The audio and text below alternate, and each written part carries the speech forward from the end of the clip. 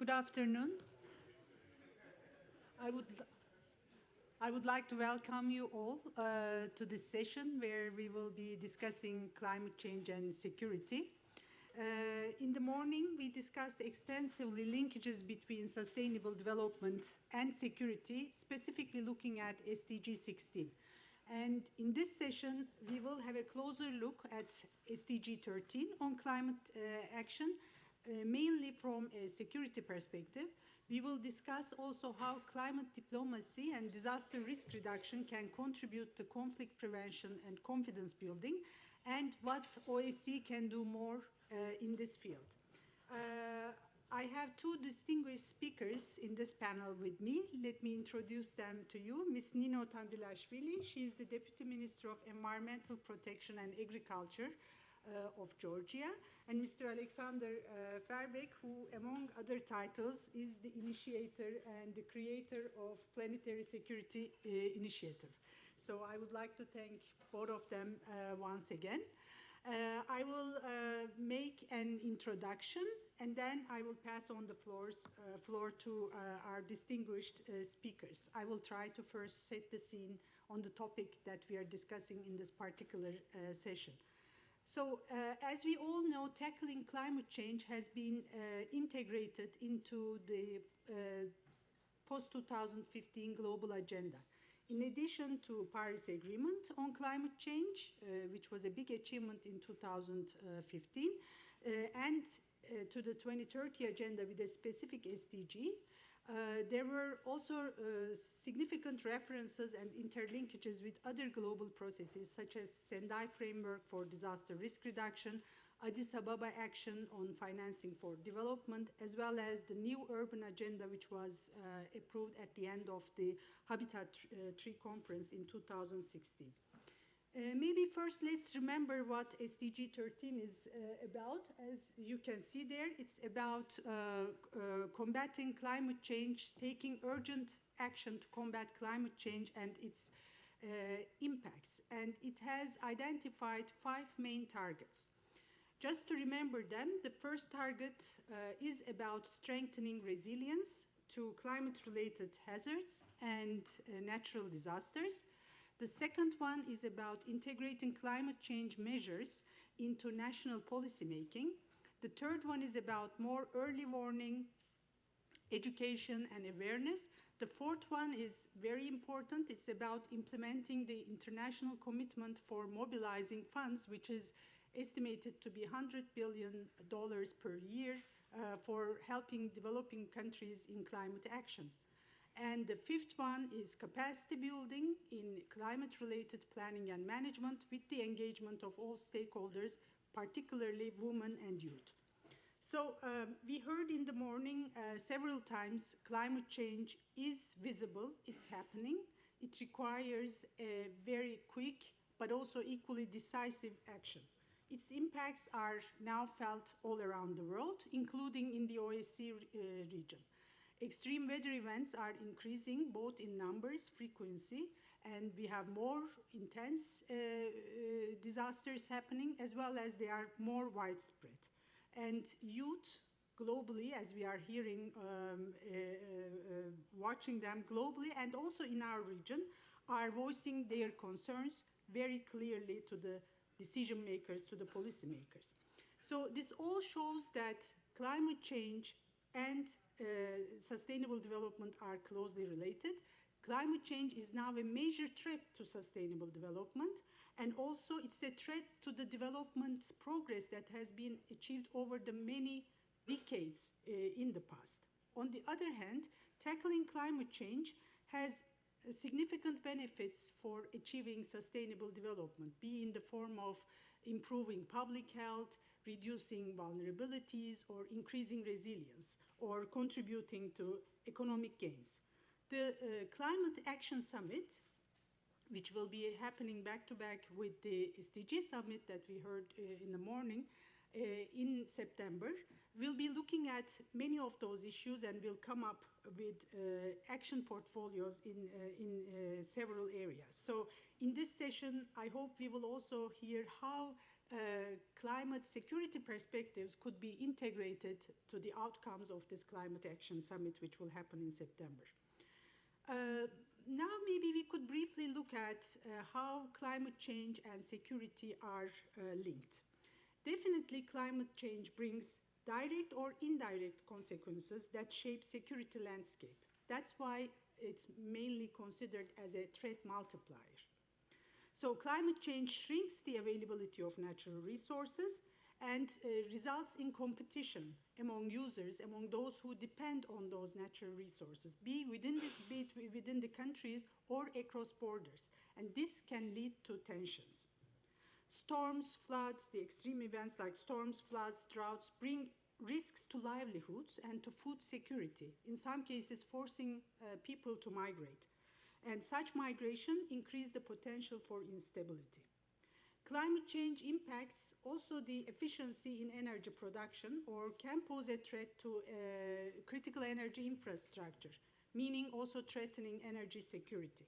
So there had been significant progress in addressing climate change at the political level through several international regional platforms, but I must say much less progress has been achieved in dealing with its consequences for security and peace. And this is what we want to discuss in this session.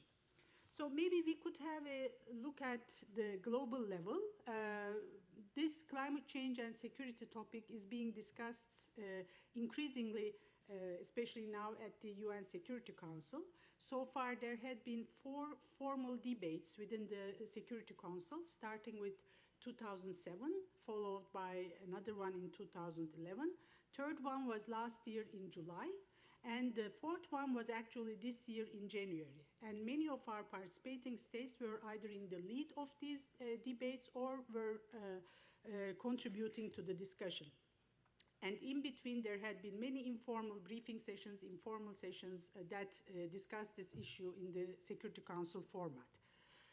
Also, there are examples at the regional level for such initiatives. For instance, the Council of the European Union issued several council conclusions looking at on the topic of climate diplomacy. There are 7 of them since 2007. And the last one, most recent one, was in February this year, which had a specific section on climate, peace, and security.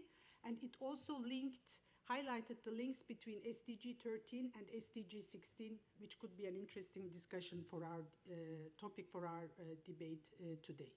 So all these global and regional discussions highlighted a few issues that could be of interest to OSCE as well.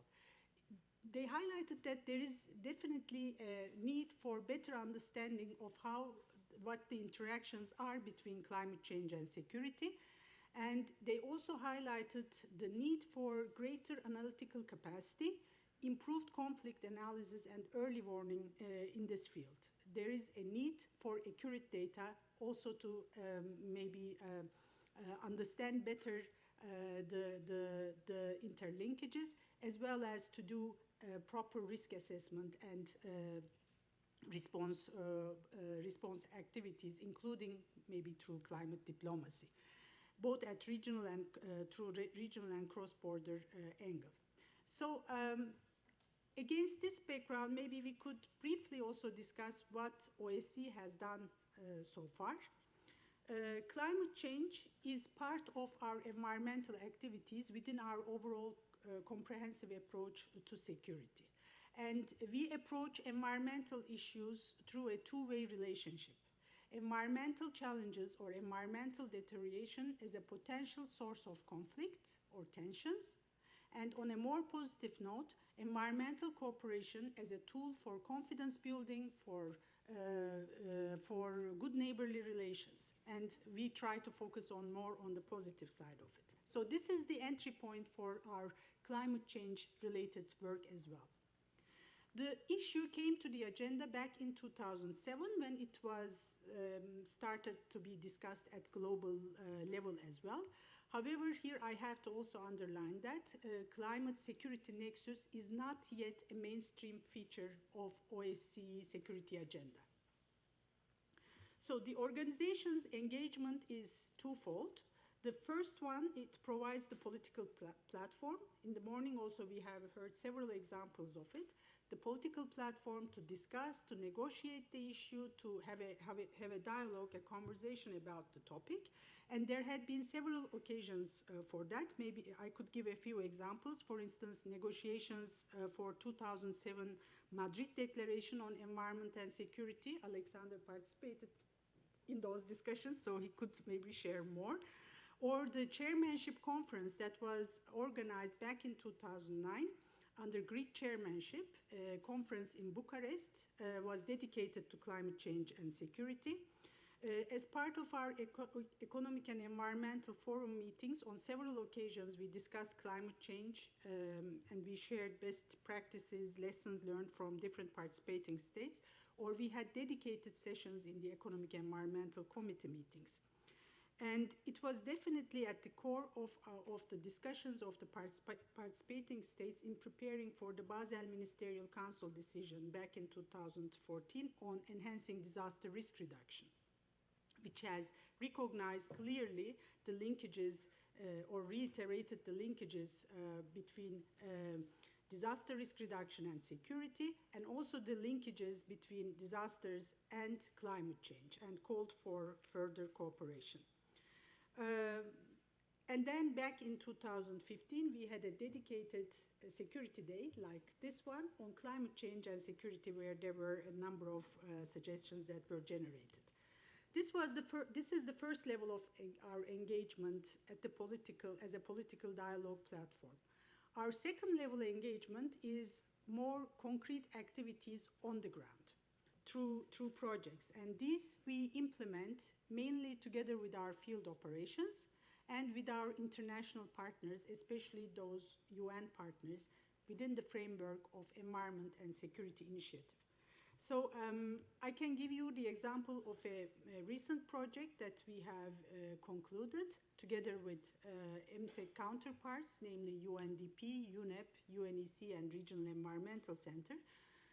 This project was specifically on climate change and security, and it covered three regions: South Caucasus, Central Asia, and Eastern Europe, where we conducted participatory assessments of security implications of climate change. We identified and mapped, together with the national stakeholders, geographical hotspots where the countries see the most closer linkages between these two issues.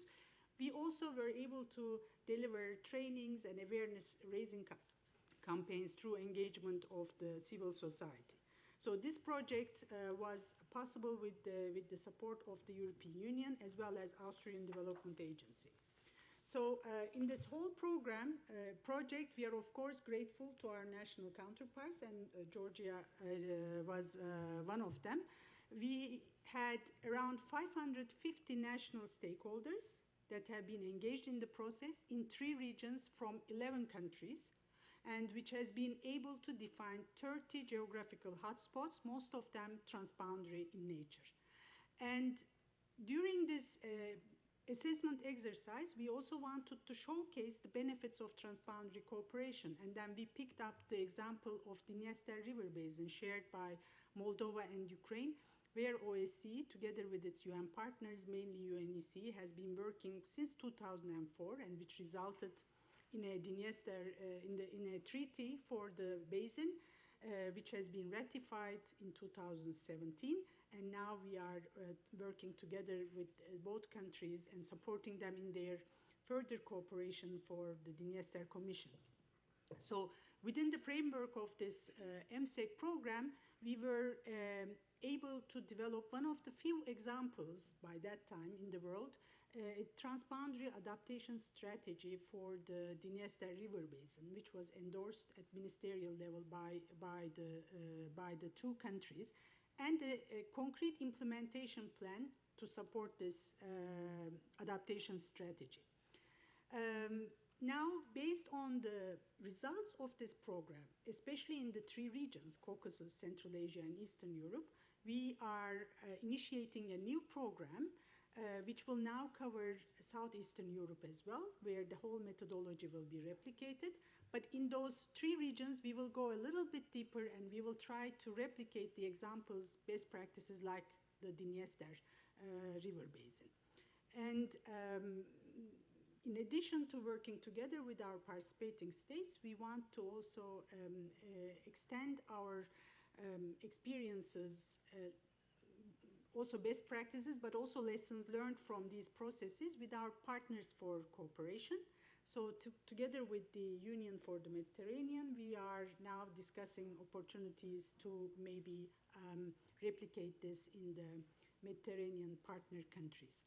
So maybe I stop here after this a bit long introduction, and I turn to our speakers. I would like to give the floor first to Alexander Verbeek. He's an old friend of the Second Dimension. And back in 2009, there was an informal group, a Friends of Second Dimension group was established, and Alexander was in the lead, where this group prepared a number of valuable recommendations on how to strengthen Second Dimension. And that report, even now, is called as Verbeek report instead of its long title. So, Alexander, I would like to give you the floor, and maybe you could elaborate a little bit on how this idea of planetary security initiative came about, what was your starting point, and how climate diplomacy, in your view, contributes to sustainable development, but also the broader agenda, and what are the benefits of having a regional approach in doing all that. And maybe one last point would be, since we are discussing the benefits of integrating security considerations into climate change policies, of course, these all have a cost. So could you just tell us a little bit how you think cost-benefit analysis, especially since SDG 8 on economic growth is also under discussion this year, maybe we could relate it to that. Perfect. Thank you, Ezra. I'll try to touch upon all of these things. By the way, as you just mentioned, this Verbeek report, as a diplomatic trick, because most of you are diplomats, if you ever want a report to be named after you, first create consensus in OSCE about the title of the report, because by then it gets so long that everybody forgets it, and then they start naming the report after you. So that was 2009. Let's go to today. This morning in the news, when I wake up, I look at what the news is. This morning, the 15 hottest places in the world are all found in India and Pakistan. And it's there up to 50 degrees centigrade. People are dying by the dozens, and that's the one that they've measured up till now. And people have to throw water on the streets because the tar is melting. There are pictures where people try to cross the street and their shoes are stuck and they end up with bare feet on that hot tar of the streets. That is the reality that we're in. We've seen last year the typhoons in the Philippines. We've seen the floodings in India, but also closer to home in OSCE. We've seen the horrible wildfires from Greece, from California. We've even seen wildfires in the north of Scandinavia, which is a very unlikely spot to see wildfires. Not an individual event is difficult to say that it's caused purely by climate change, but increasingly this attribution is getting better. And we can say of a lot of events now that it's so much more times likely because of climate change that we see that. All the indications are it's rising. If you there's also good news, by the way, this morning. Thank you, Finland. If Finland is in the room for having a government that has decided to become carbon neutral by 2035. I think that's a world record. And they even tried to do it without just buying, offsetting carbon somewhere else, but by literally really becoming carbon neutral. The ministers went by tram to the press conference to announce this.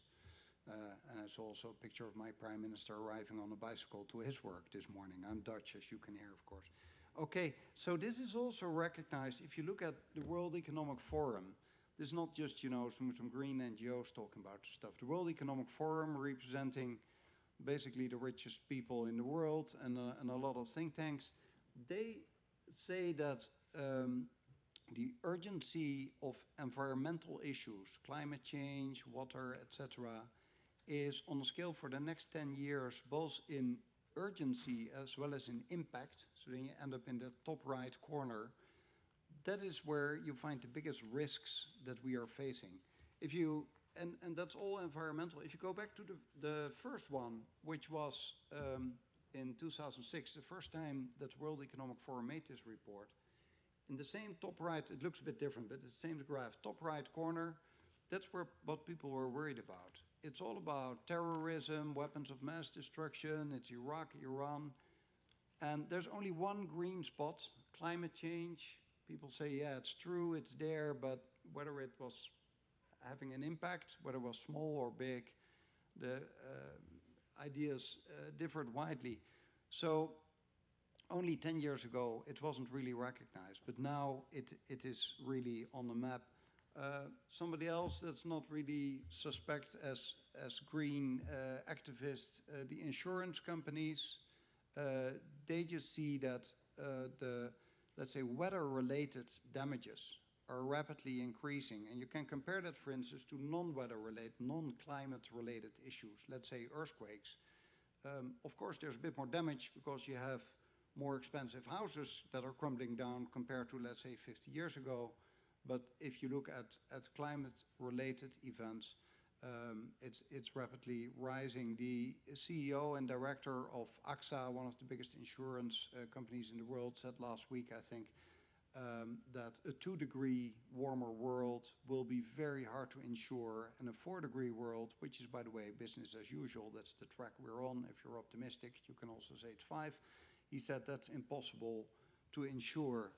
So worries everywhere, including from the World Economic Forum, that used 1,500 private airplanes to arrive to that meeting to discuss this.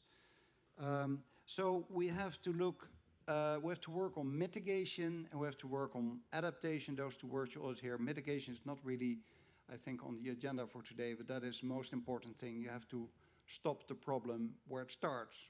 Is the water is leaking in your house, the first time you do is you turn off the tap, and then you're going to take care of the damage. We have to stop getting more emissions up in the air. But adaptation is something we can't avoid anymore because there's already so much climate change happening, and we know that there's already, even if we would stop tomorrow with burning all fossil fuels, we would still need massive adaptation to what is happening to our planet. And that includes preparing for the security impacts of climate change. To make everybody perfectly happy in this room, because I know that there are different opinions on this, nobody is saying that it is purely climate change that on itself is creating climate wars or something like that. But it is a complex of a lot of events that are taking place, of which climate is one that is pushing us further. Therefore, the word threat multiplier, as Ezra just used, or catalyzer, to the kind of changes that have security impacts that we should be aware of. So we're not saying that the security guys are hijacking the debate on climate, and that we're saying that climate should all be about security. It's the other way around. It is that those people that are working with security, which is actually in the title of the OSCE, they should be aware that climate change is something that will impact our future security. So that is the starting point where we should work on. I arrived at the OSCE in 2004. I was lucky enough to live 5 years in Vienna. I was here 2004 to 2009. And when I arrived here, the climate change was not something that you would talk about either in the coffee corner or in the meeting rooms. We were talking about the relationship between environment and security. just a year before, the NSEC initiative that Ezra mentioned had just started. But NSEC in the early days was very local in a way of, let's say, there was a waste dump and the waste was trickling into the water. And sometimes you had like transboundary issues. But it mainly started very much like the study in the Fergana Valley was, I think, one of the first big ones that they did, which made people very much aware of, let's say, certainly the human security aspects that are related to the environment. And then in late 2006, Al Gore made his movie, An Inconvenient Truth. I'm sure that you've all seen it. The bad thing about it is that the title is so correct because it is true. Everything that the scientists that he referred to on climate change, they all proved to be true. Maybe they were a bit too careful. And yes, it was very inconvenient. And that is something that you experience in all these international meeting rooms. It is very inconvenient because you really have to take a lot of measures if you want to take this seriously.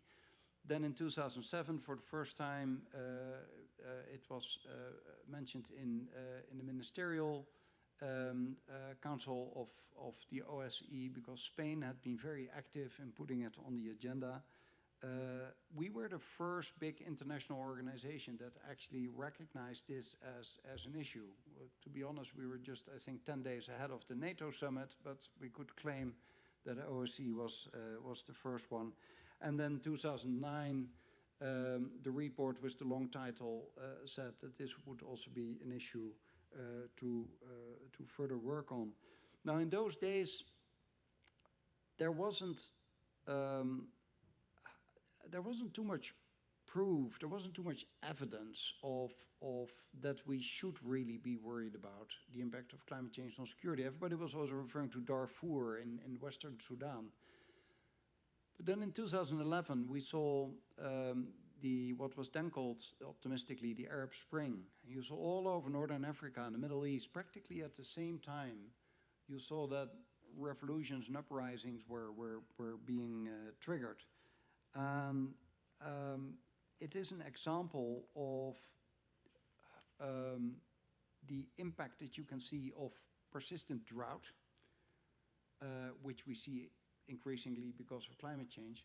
But also a second factor that played a role is because of difficulties elsewhere in the world where grain was produced, where there were bad harvests, and that goes all the way to Australia even, the food price of grain was rapidly rising. And you can imagine for poor people that, unlike anybody in this room, spent like practically all of their money on food, at least I hope that you don't do with your salaries, but poor people spend practically all of their money on food. And then if the food price then doubles, you have a good reason to riot. Nothing new in history. The French Revolution in 1789 was also partly related to the very bad harvest of 1788. And there's a lot of other of these kind of relationships, but the climate change is the new kid on the block. We didn't have that for the past 10,000 years. We had a very stable time to develop human cultures. That is really a game changer. So if you look, for instance, at this graph, just let's keep it simple. If you look at the first graph, you see that in the past 130 years in Syria, consistently the rainfall has gone down.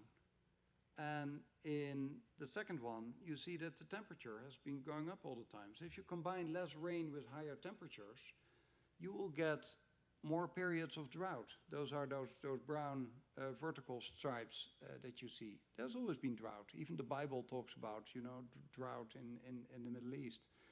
But the drought in the Levant area was longer and harsher and more persistent than ever before. It started in like 2007. So by 2011, the farmers had left the cities. Then something else happened, that these food prices spiked.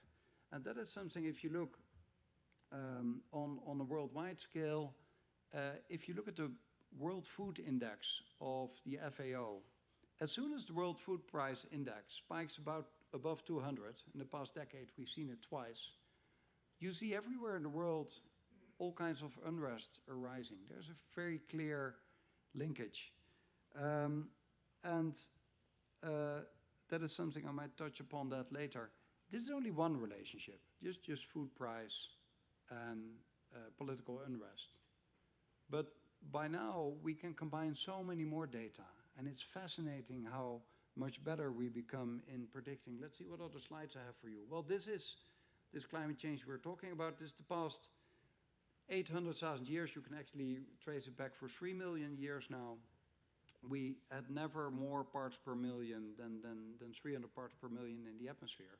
Now we are rapidly rising. When I arrived at the OSCE, the CO2 concentration in the atmosphere had already passed this famous 300 mark of the past 3 million years. It was already something like 370 something. And it has grown since I arrived in the OSCE, 38 points in just 15 years. And I looked at when I was born, how many years it take since my birth, 1965, until we had 38 extra points. That was 29 years. So it goes twice as fast now than just when I was born. So it's you can't see it on this graph because it's like 800,000 years. But if you would take that last part, you see it's really exponentially growing. This last few points I want to mention now on, I just mentioned this predictions. With the combination of artificial intelligence and the information that we get from remote sensing from satellites, and with big data, with those three technologies combined, we can do so much now. This is the baseline water stress in the world. So basically, you extract more water than there's available. This is the kind of predictions we can make now. This from the World Resources Institute in Washington. And this is the projected change in the next 12 years that we are, the next 22 years that we are going to see.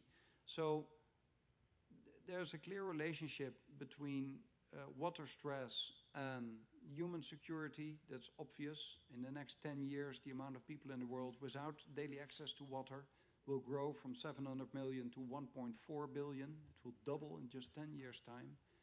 And you can imagine if a lot of people don't have enough access to water, that they move somewhere else to an area relatively nearby where people have just enough water, but by these new people moving in, there's not enough water anymore. Of course that gives tensions. That's not rocket science. And if we know those things, we can work on that. The interesting thing now is that by stacking all that information and using all these big data, using AI from all kinds of different sources, you can have health criteria, it can be weather related, it can be resources related, it can be screenings from the internet on news messages. If you combine all that in a big database, what WRI and some 20 other organizations together are working on now is to make predictions. And this is still a beta version, but it's very interesting. They took data from the country of Mali from 2016, late 2016, and then made predictions for what would happen in 12 months. And they predicted conflict. And here they used data. This was done after 2017, so they could see if the system worked. And for those that follow Mali, the dark red areas with clearly warnings that you would see conflict proved to be very, very correct in what actually happened. This is something that will be further developed. And I think this is typically something for OSCE that would be very interesting to keep your attention on, because you are the organization for security and cooperation in Europe. This is about security, and this is a very early warning on where you have to cooperate to make sure that conflicts don't happen that are actually predicted. You should beat the AI by using it and actually be ahead of the conflict, because that is so much cheaper than dealing with it afterwards. As last, just 1 more minute, a few trends in if you talk about climate security.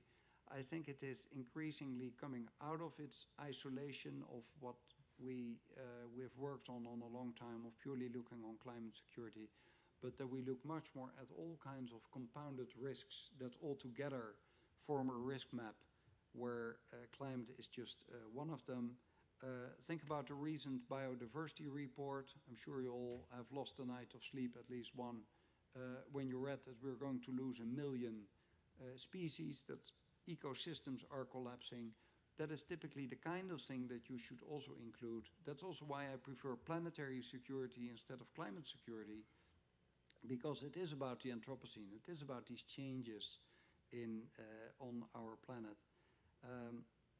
I think there will be renewed attention for something called the responsibility to prevent. Having this kind of information, you have a duty to prevent conflicts from arising. And as a last one, thinking at all the debates I heard this morning about youth and about women and about climate change, I'm so surprised that the Fridays for Future movement is not mentioned. Greta Thunberg, a girl of just 15, a year ago, she's now 16, decided to skip school in September on her own, and none of her classmates wanted to join her. But she said, I'm going to strike. I'm not going to school anymore because I'm so angry that the adults are not taking action. And just 10 months later, there's now millions of young people out in the street that are actually telling us, the adults, to take action. And I've heard a lot of her, I live 5 minutes walking away from where she's doing her strike, so I sometimes join her and then go off for a coffee. Well, she stays there the whole day. She's really brave.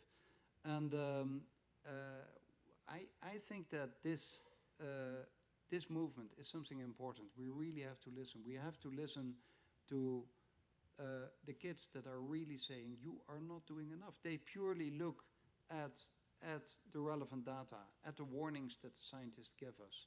And I think we do have to act, and we're certainly not doing enough. That's something that every scientist will agree on. Thank you. Thank you very much, Alexander, for this very interesting contribution. You have provided a comprehensive overview of how OSCE dealt with environment and security issues, its historical overview, and how we progressed actually. And then you have given us a number of ideas how climate change and security is linked, using concrete examples from different parts of the world. You have underlined the importance of data and information. I think that's very important, especially for the OSCE. You have highlighted the importance of preventive approach. I think that would deserve a lot of attention, early warning and preventive approach. And you have concluded with the focus on youth. We really thank you for that. And now I turn to Nino Tandilashvili. Well, Ministry of Environment of Georgia is a long-term partner of OSCE, especially in the environment and security portfolio, not only for Georgia, but for the South Caucasus region as a whole. And we have many best practices from Georgia over the years in addressing environment and security challenges, also in the good environmental governance field. For instance, the Aarhus Center in Georgia has set a good example for many other countries, which has been replicated later on. So, Nino, I would also like to pose 3 questions, if I may.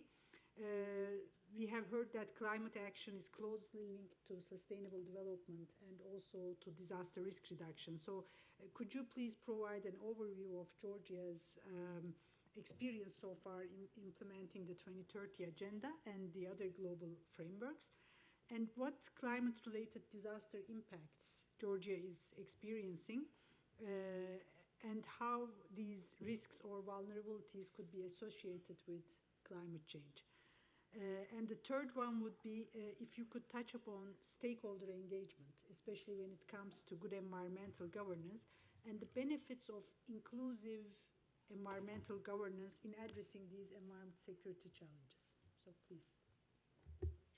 Thank you very much. Good afternoon. It is my pleasure to be here today, and I would like to thank particularly the Secretary General for the invitation, because for us it's really important to participate in this meeting and to share our best examples related to the climate change and security issues in Georgia and in the region as such. There was three questions, and I will try to refer to them in a complex manner, which means that I will try to tell our story, how we plan and what are our best examples in the policy of climate change and stakeholder involvement as such.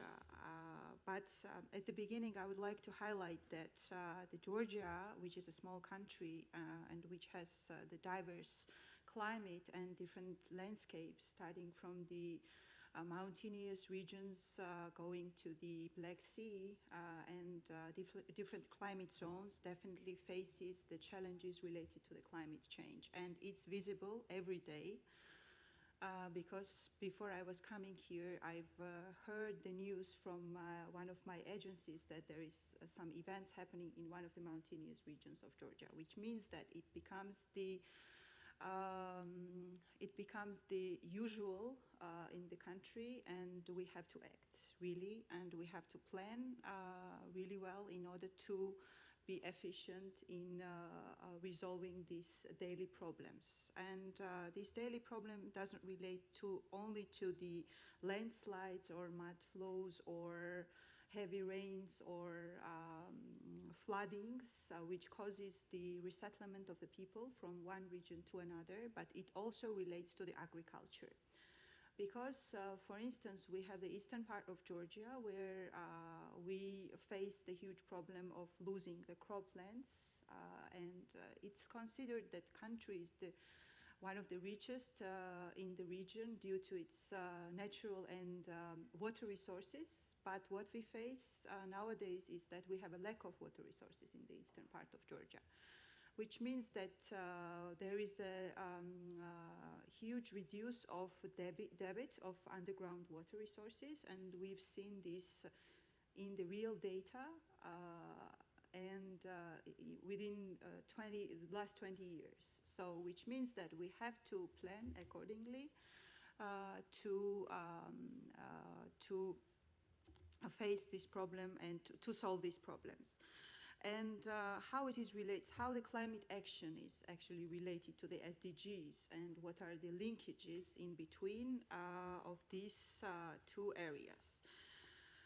So for us, as the implementation of the Paris Agreement, as well as the 2030 agenda is absolutely important, but there is no doubt that our SDG, Sustainable Development Goal, and its implementation is closely linked to the climate action. And what I mean here is that the country is currently preparing its national NDC document and its climate action plan, and which of course refers to the various sectors, starting from the agriculture, going to the energy sector, to the water resources management, to the energy sector and transport, and so on and so on. And of course, it is related to the implementation of the SDG, such as Zero Hunger, SDG 2, Sdg 7, affordable and clean energy, which is also the part of our agenda in our climate action plan. Sdg 6, clean water and sanitation. I've mentioned about the problems that we face in the country, in the eastern part of Georgia especially. Sustainable cities and communities, which is of course the development of the relevant green infrastructure in the country, and also to have the sufficient transport system in the country, which also responds to the country's contributions under the Paris Agreement. Also life on the land, which is SDG 15, and also related to our clear climate action plan, and many others. So I really wanted to highlight how the SDGs are clearly related to the policies and the strategies national governments are making and declaring while they are elaborating their NDCs. So here I want to say that the NDC and Climate Action Plan, which we have prepared by 2021, which will be a very good policy document for the government and adopted by the government of Georgia, will allow us to start the active implementation of our obligations under the Paris Agreement, but at the same time, it will help us to implement the Sustainable Development Goals, which is coordinated by the government of Georgia. And meanwhile, what is the country doing in development of the DRR system and how we want to solve the problems on the ground and what is the real actions that we are taking. In 2017, we've adopted our National Disaster Risk Reduction Strategy and Action Plan, which was approved by the government of Georgia, and it was based on the Sendai framework on the DRR. At the same time, Georgia, on a regular basis, submits the data on implementing the global goals to the UN DRR within the Sendai monitoring system, which is also helps the country to share the international experience and also to take it into consideration while developing its national policies and strategies, of course. And meanwhile, what we have started is one of the most important projects for the country through the support of GCF. And it's the project to develop the early warning system in the country to assess the geological and hydrometeorological hazards and to put it on the maps and to have the real hotspots where we see that the problems due to the climate change are visible, and also to have the relevant infrastructure developed to avoid the future risks due to the natural disasters, which is a 7 years project which we will actually implement through the support of the UNDP, and we believe that this project would help the country to have the clear picture on its territory, what are the main challenges and how we need to face these challenges and solve this problem through building the infrastructure, through the capacity building, and to strengthen the capacities on the local level, because sometimes we lack the experiences on the local and municipal level, and we definitely need to strengthen the capacities on the ground. And at the same time, of course, we are trying to engage the public in these processes. There was, Esra, you've mentioned about the Aarhus centers and how it all started and how it was the best example for the other countries that we've established the Aarhus Center in the country. And yes, we still have the Environmental Information and Training Center, which is a modified version of the Aarhus Center.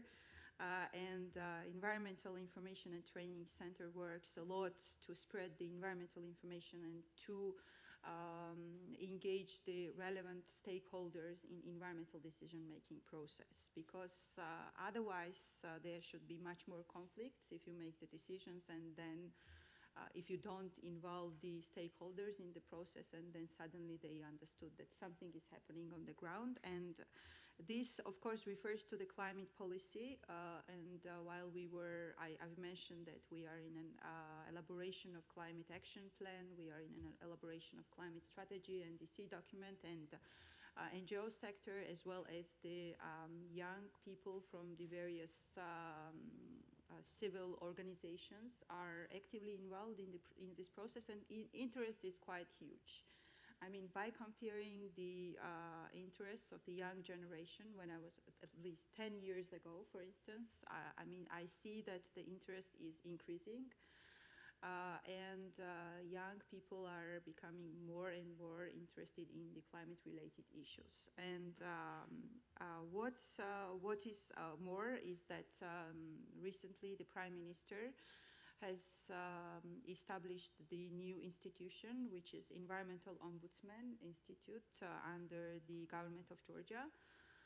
And the Environmental Ombudsman will play the key role in the stakeholder involvement, especially on the green economy development and climate-related issues, which shows the high political interest from the government that we really need to have the coordination between different institutions and different ministries to achieve the reasonable results, because without that, we cannot be practical. Ministry of Environment cannot play the major role in the process, because the Ministry of Infrastructure, municipalities, they also be the part of this process, and how it is all related to the security issues. I've mentioned that there was the displacement of the people, or resettlement of the people due to the natural disasters from one region to another. There is a lack of water resources in some parts of Georgia, which I think that in the future, if we don't think smarter and if we don't prepare in advance for that, and if we don't have the clear vision at the beginning of the problem, would cause much more problems for the national governments and for globally as well. So there was the examples from the Alexander, and I would also like to emphasize that climate change nationally and internationally is related to the security issues. Due to the facts which I've given, for instance, according to our examples, and there are many more, speaking from the practical point of view, and this is why I think that the role of the OSCE would be very important to raise more awareness at the more high political level, and to support the dialogue between the various governments on these issues, and to, I would use this word, to push the governments to become much more active in their climate action as such, because this would definitely cause in maybe 20 or 30 or in maybe less years some threats to the security and safety of the countries. Thank you. Thank you very much, Nino. You have highlighted clearly what kind of climate change and disaster-related challenges that is being faced in Georgia, but also the impressive work that you have been doing together with other governmental agencies in responding to this global agenda, and having a serious look to all those issues. Of course, you have clearly highlighted the linkages between climate change and sustainable development, and also security in case of Georgia, and you have underlined both at issues that are affecting national but also international security. It was great to hear again that Aarhus Center is alive. Actually, it's one of the continuing platforms in Georgia under another name, but with the support of the Ministry of Environment. And also, we appreciate your final remarks about OSCE's role, especially in raising awareness at a political level. So with this, I think we are at least done with the first round of contributions. I now turn to the floor and invite you for your questions or comments to our speakers. I think we have an intervention to be made by UNHCR. Please. Thank you, Madam Chair, and thank you for the experts for the really fascinating presentations coming in from very different directions on a very complex topic. UNHCR welcomes the initiative of the organizers to devote one session of this year's Security Day to looking into how the OSCE and the 57 participating states can contribute to the implementation of the Sustainable Development Goals as related to climate change and security. While the issue is complex and multidimensional, please allow UNHCR to contribute to today's debate by sharing with you some selected key considerations which are crucial from the perspective of UNHCR's international protection mandate. Building on the elaborations of the moderator and the experts, climate change can be clearly identified as a driver of displacement. According to the 2019 global report of the International Displacement Monitoring Center, 17.2 million people have been newly displaced alone in 2018 in relation to disasters. Some countries have experienced displacement in situations linked to both disasters and conflict. Eritrea and Somalia are cases in point. In the latter, while conflict has generated 578,000 new persons displaced, additional 547,000 were associated with disasters, both related to drought and flooding. Acknowledging the complexity and the multi-causality of drivers, climate change can be a threat multiplier and can exacerbate conflict over depleted resources and compound pre-existing vulnerabilities. I think the map you shared with us very well demonstrated this in the context of Mali.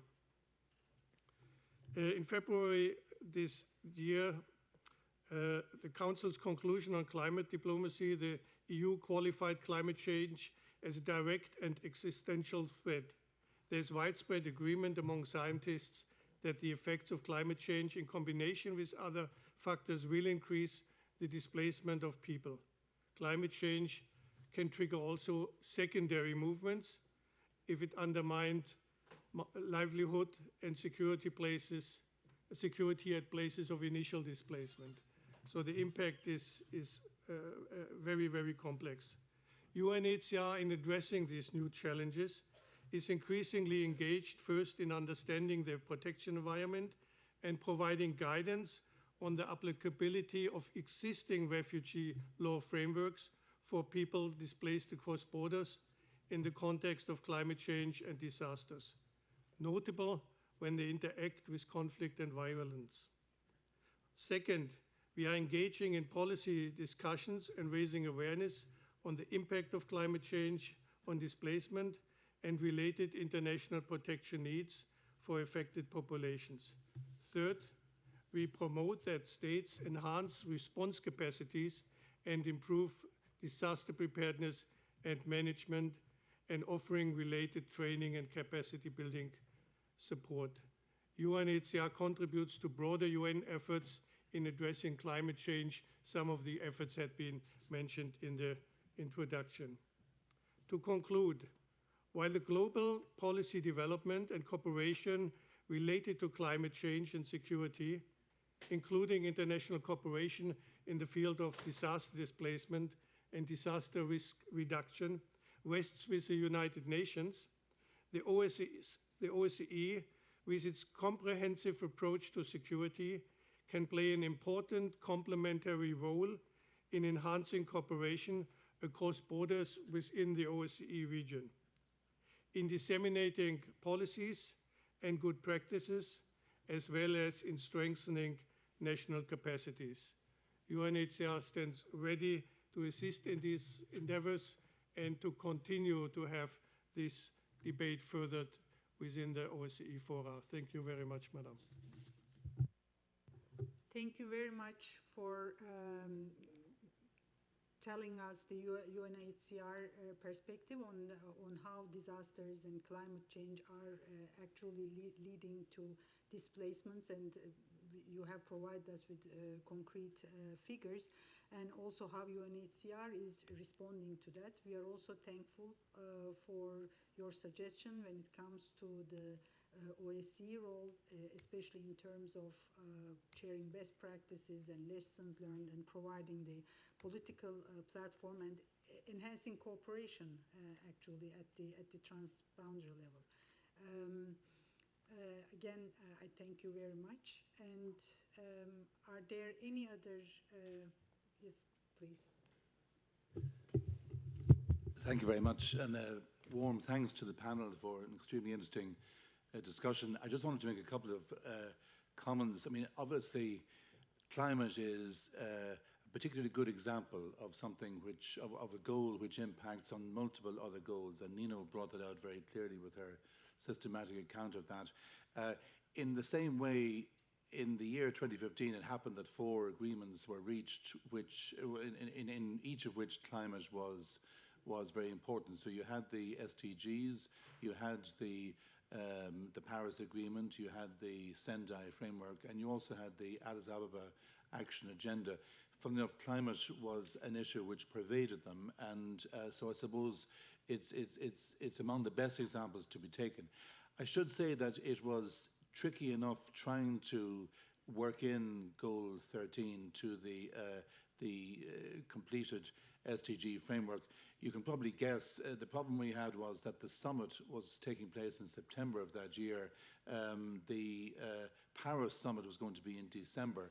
So we had to have, in effect, a kind of pre-negotiation of the Paris Agreement, with countries not wanting to show their best cards at too early a stage. So we were okay with the actual goal itself. Goal 13 had been framed in 2014 in the earlier informal phase I talked about, and it didn't say anything particularly dramatic. The real problem was how to reflect in 2015 the progress that was being made, or lack of it, towards the Paris Agreement. So it was one of the hardest nuts to crack. We were going to have a reference to climate in the declaration that went with the goals. And essentially it was only on the last day that countries finally agreed to put in a reference to below 2 degrees Celsius or 1.5 degrees Celsius. They were afraid of playing that card too soon if their colleagues in Paris were saying, hold off, the compromises have to come later. But so it was, I think of it as a kind of a microcosm of the Paris Agreement. There are some people who feel depressed at the way the Paris Agreement is going, and who even imagine that if Paris were to disappear, which I don't think it will, that there will still somehow be Goal 13 left over that we can hang on to. I wouldn't be quite as apocalyptic as that, but it is good to know that as of now, 193 member states, and I'm including an obvious one, have signed up to all the SDGs, including SDG 13. Just turning to what our colleague from UNHCR was saying, I strongly agree with what he was, with the account he was giving of the work being done by UNHCR. It's terrific. Just as a footnote, I happen to be involved in another negotiation on something called the New York Declaration on Migrants and Refugees. In that context, civil society were very strongly of the view that we should actually have a new category called climate refugee. I'm sure I'm not saying anything new here, but climate refugee or climate migrant. And we pushed that as far as we could, but it was clear that there was not going to be a consensus. Too many countries take the view that it is one factor. It's perhaps a very important factor. It's not necessarily the only factor which drives displacement in particular situations. let's be honest, behind it, there was also a fear on the part of some developed countries that if you create a new category, leave aside the implications for the Refugee Convention, but if you create a new category, you are perhaps creating financial obligations or expectations. So many countries just did not want to go that far, and I'm afraid that in the subsequent negotiation of the so-called Global Compact on Migration and the Global Compact on Refugees, another effort was made to see if something resembling a separate category of climate displaced, let's say, could be agreed, and it wasn't agreed there either. However, there is language in both of the compacts which hints that there is a special case to be made for climate as a factor. But I mention that just as a footnote. Thank you very much. We have learned a lot in the morning session about how SDG 16 came about, and I think this was also a very interesting contribution to show us the whole thing behind the linkages between Paris Agreement while it was in the making, how 2030 agenda came with SDG 13, and definitely, of course, the climate-induced migration or refugees is an important issue that is being discussed at various platforms. Again, thank you very much for that. Please, Ambassador. Here, okay. It's a different system. Thank you very much for this extremely interesting presentations, both presentations. I have a request whether Mr. Verbeek could once again show this tableau about I don't know how many 100,000 years the carbon was not above a level of 300, and whether you could explain this once again. Thank you for your question. There's a natural fluctuation in the amount of CO2 in the atmosphere. And that has, for the past few millions of years, always been, you measure that in parts per million, the parts of CO2 molecules in a million. And that has been for the past 3 million years or so, between 3 million. Yeah, this goes back 800, but you can be pretty sure 3 million is okay as well.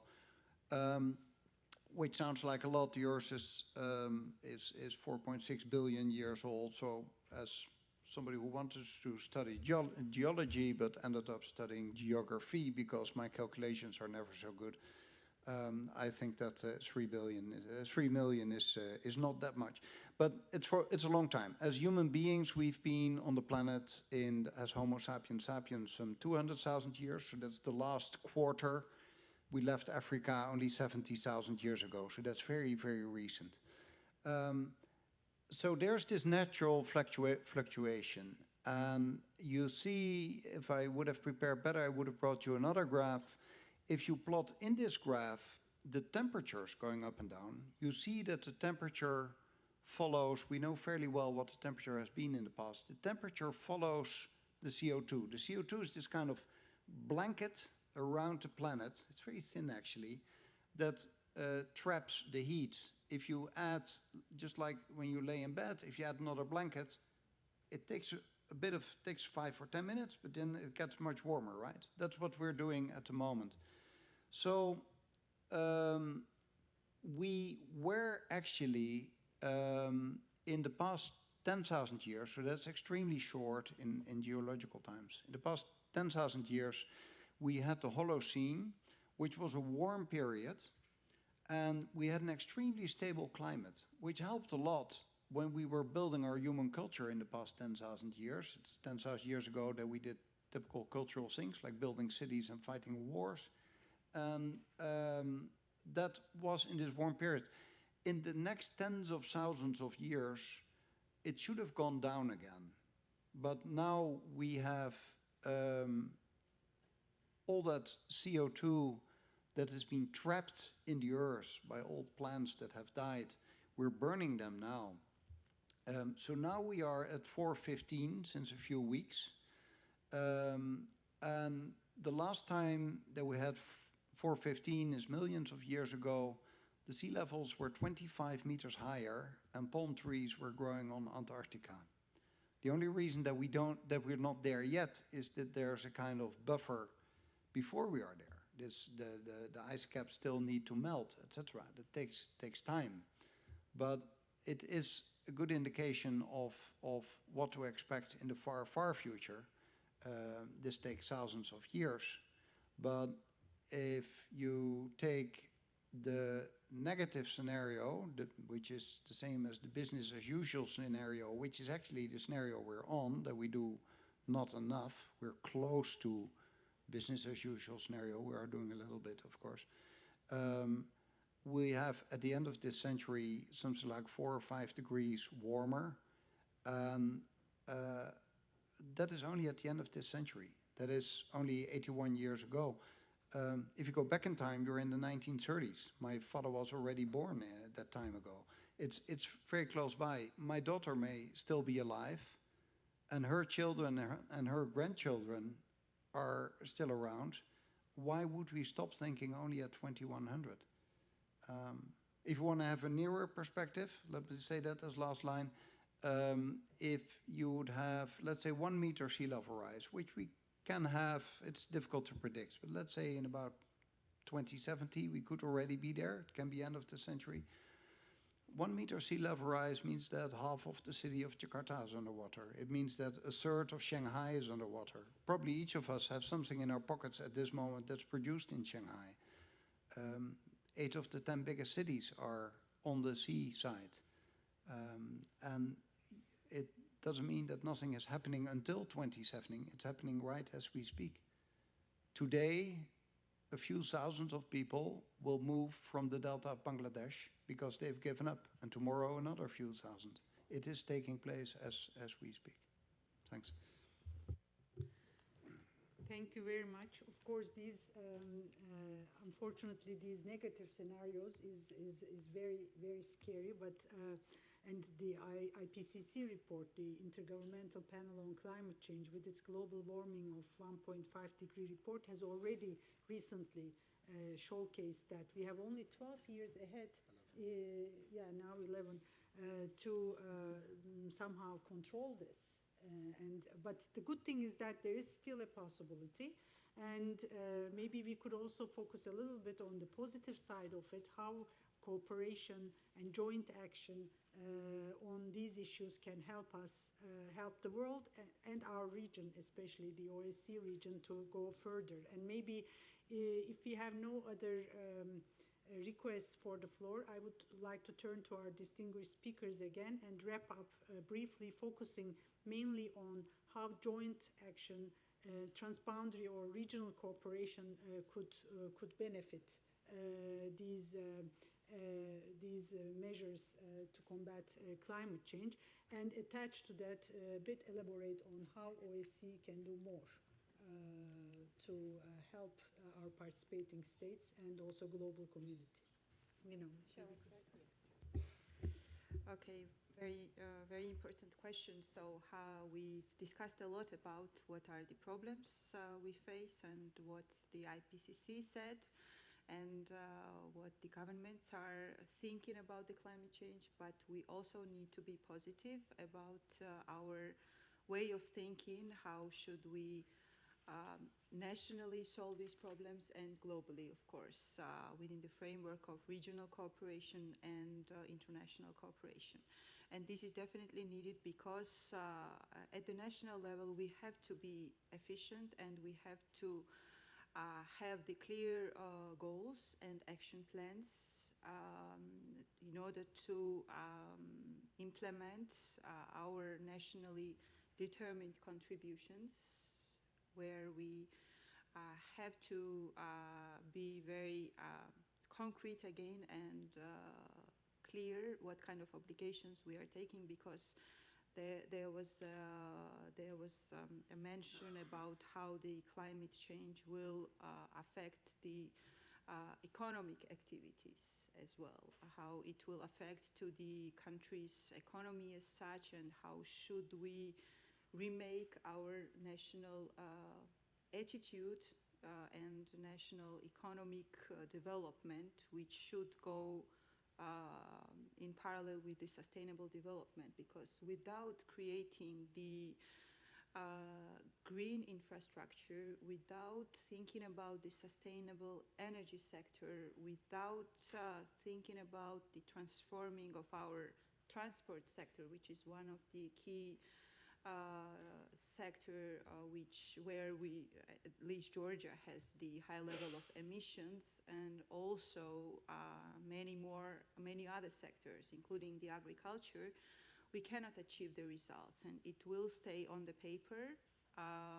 And of course, in this regard, the international cooperation is really important. There was also, Esra, you mentioned that the global cooperation means that there should be the funds available for the developing countries to support them, to have these adaptation measures, to think about the mitigation measures and so on, which is very important, because otherwise what we are discussing, it will stay as on the paper, and it will not will not bring the real practical results. And for the regional cooperation, I mean, we believe that the regional cooperation in that direction is also very important. I mean, the cooperation with our partners, sharing our experiences, sharing our technologies, because we have started the century of the technologies, which is also very much related to the actions we would like to take due to the reduction of CO2 emissions, because without that and without sharing these practical examples, we won't be able to be efficient at the national level and at the regional level. As such, I've mentioned about the role of OSCE in the process, and I think that this is the organization which should play the very important role on the high political level to show the governments how this is important and how this is related not only to the disaster risk reduction, but also to the security and safety issues on the ground, on the national level. I would just like to mention the role of OSCE in my country, how you supported Georgia. There was two important projects. One was about the transboundary water initiative, which was related to the support the bilateral agreement between Georgia and Azerbaijan on Kura River, which is a transboundary river, crosses the Georgia and Azerbaijan as such, and this was an important process which was guided by the OSCE and supported by OSCE and also the UNEC, together with the UNEC, and we think that this process, which we have started together with you in the context of transboundary cooperation, will allow us to achieve the tangible results. And the second project was about the wildfire management project, where we also received a very important support from OSCE, how to have the national strategy and how to have the real clear regulations on the national level to solve how to enhance the capacity on fire management, and it helped us a lot to finalize our national DRR strategy and action plan, and the part of it also relates to the national fire management and what are the role of different authorities, starting from the Civil Emergency Service, going to the Forestry Agency and Ministry of Environment, so the coordination between the various authorities. And so these are, I mean, in the global context, but these are the practical examples how OSCE helps the national governments on the ground to become more efficient in various directions. And I think that you, as an organization, due to its important role you have in the region should continue working in this regard. Thank you very much. Thank you very much, Nino, especially also highlighting the specific joint activities that we have conducted in addition to climate change and security. We have worked a lot on the, of course, disaster risk reduction, wildfire management, which is also related to climate change, as you have highlighted, and also Kura River Basin management, which we really hope to see the advancement in that process. Now I turn to Thank you, Ezra. You asked us to give hope, and I'm at a lot of these kind of meetings. I'll give you hope, but I'll give you reality. Of course, we like to end with hope, and I can talk for hours about the rapid improvement of the efficiency of solar panels. I can talk to you about moving to a circular economy, becoming more sustainable. I can talk about the rapid deployment of electric vehicles. I can mention the example of New Zealand that decided just yesterday to be the first country in the world to have a budget which is focused on well-being and not on growth of their national product. There's a lot of inspiration for hope, including given to us by the young people. But the risk of ending with hope at every of these meetings is that you go into your coffee, and I'm well aware that I'm talking into your coffee break now. The risk of talking about hope is that, okay, you know, guys, we're going to solve it. The reality is we're not. We are far from where we should be in reducing our greenhouse gas emissions. The house is on fire, and the people everywhere in the world react like, this is not my problem, somebody else should start, we still have time. It is not true. The situation is desperate. It is a climate emergency that we are talking about. And I think for you, everybody in this room, each of you, whether you're an intern or an ambassador or anything in between, you are the elite of your country. You've had a good education. You are in an influential position. You are in this top 1% of less of this planet that can make a change. It is your duty for yourself to inform yourself, read about it. There's so much available. What does climate change actually mean? What can you do about it? Take it serious. Don't think it's somebody else's problem. It was for me one of the main reasons of leaving the Ministry of Foreign Affairs, so that I have time to fully dedicate on this issue. Because I have a daughter of 16 and she's supposed to live until the end of this century. And I know how bad it's going to be in the second half of this century when I'm no longer here, but when she's still here and when she probably has children and all of your kids are there as well. So I think for the OSCE, one of the things you could really work on is work on the prediction and prevention. And take note of those developments that I briefly sketched for you on how we can work with remote sensing and AI and big data, and that we become so much better in predicting what is going to happen. And once you can predict it, you can prevent it, because that is why your government sent you here. Not only to sit in the room, but to actually search for solutions and to work together. And believe me, I've been 5 years amongst you. I know how it is here in Vienna. You feel you're in a kind of bubble where it's kind of nice, kind of comfortable to be in these meetings. But there's actually a challenge out there that you can grasp. And I really would love to see you on a personal level, get involved in such a way. And that, as a last word, that would also include, maybe you can't get it on the agenda of something like the OSCE or those of the UN that are here, but we do need to think about how the economy is structured. 71% of the emissions in the world are produced by only 100 companies.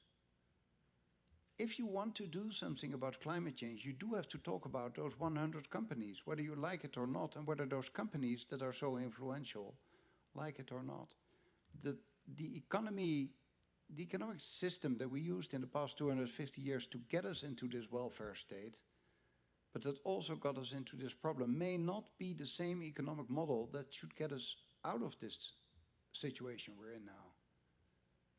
And that is a very new debate. It's only now taking on, and people have difficulties with it because it's so much the status quo, and it's also difficult to realize what is then the other model. And I'm very sorry, I don't have that answer either, but we do know that this system is not working. I think it was Einstein that said something like, if one system got you into trouble, it's normally not the best system to take you out of that trouble. So there's a debate there as well, which maybe in smaller groups, maybe not in a kind of plenary meeting, should we have as well, but it's an important issue to look at as well. And yes, I believe in solar panels, and I'd love to give you hope, and I'd love to give you coffee, so I'll stop now. But I hope that you remember some of these words. Thank you. Thank you very much, Alexander, also for these powerful messages. I think we will all remember, not only during the coffee break, but I guess many of us will talk about it when we go back to their homes. I will talk to my sons again. So again, thank you very much. And we will have coffee now in the same place on this floor than we had in the morning. And in concluding, I would like to thank to you all, but particularly to our two panelists, and I would like to give them a big applause.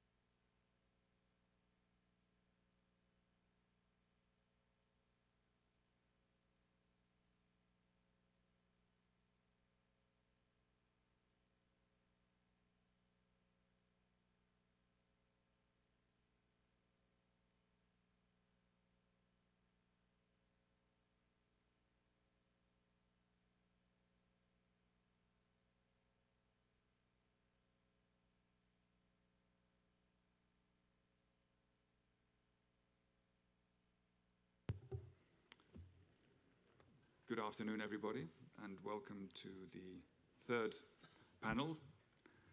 We're in the home straight. And allow me to add my welcome to all of you here in the Vienna International Center here at the United Nations. For those who do not know me, my name, as you can see, is Martin Nazirki, and I'm the Director of the United Nations Information Service here in Vienna. But I previously worked, before I joined the United Nations, for the OSCE from 2006 to 2009. And so I think with a number of other colleagues I've spotted in the hallways and in this room, we're probably a personified example of a partnership between the two organizations. I just wanted to briefly set the scene and say that the other Secretary General, the hyphenated Secretary General, Antonio Guterres, was here in this building last week. He was in Vienna last week, as I'm sure many of you saw, and he was here to help mark the 40th anniversary of the Vienna International Center. And as you can see from our logo, the focus of this 40th anniversary, it's not about a cake with 40 candles. It's about the Sustainable Development Goals. Yes, we're looking back at the work that's been done over 4 decades here in this building, but it's very much about what we still need to do and what's being done now by the Vienna-based organizations. And this was reflected in Secretary General Guterres' remarks here in the Rotunda, where he said that the 2030 agenda for sustainable development is our roadmap, and the Vienna headquarters of the United Nations plays a vital role in our efforts. He also placed extremely heavy emphasis, I have to say, on climate action.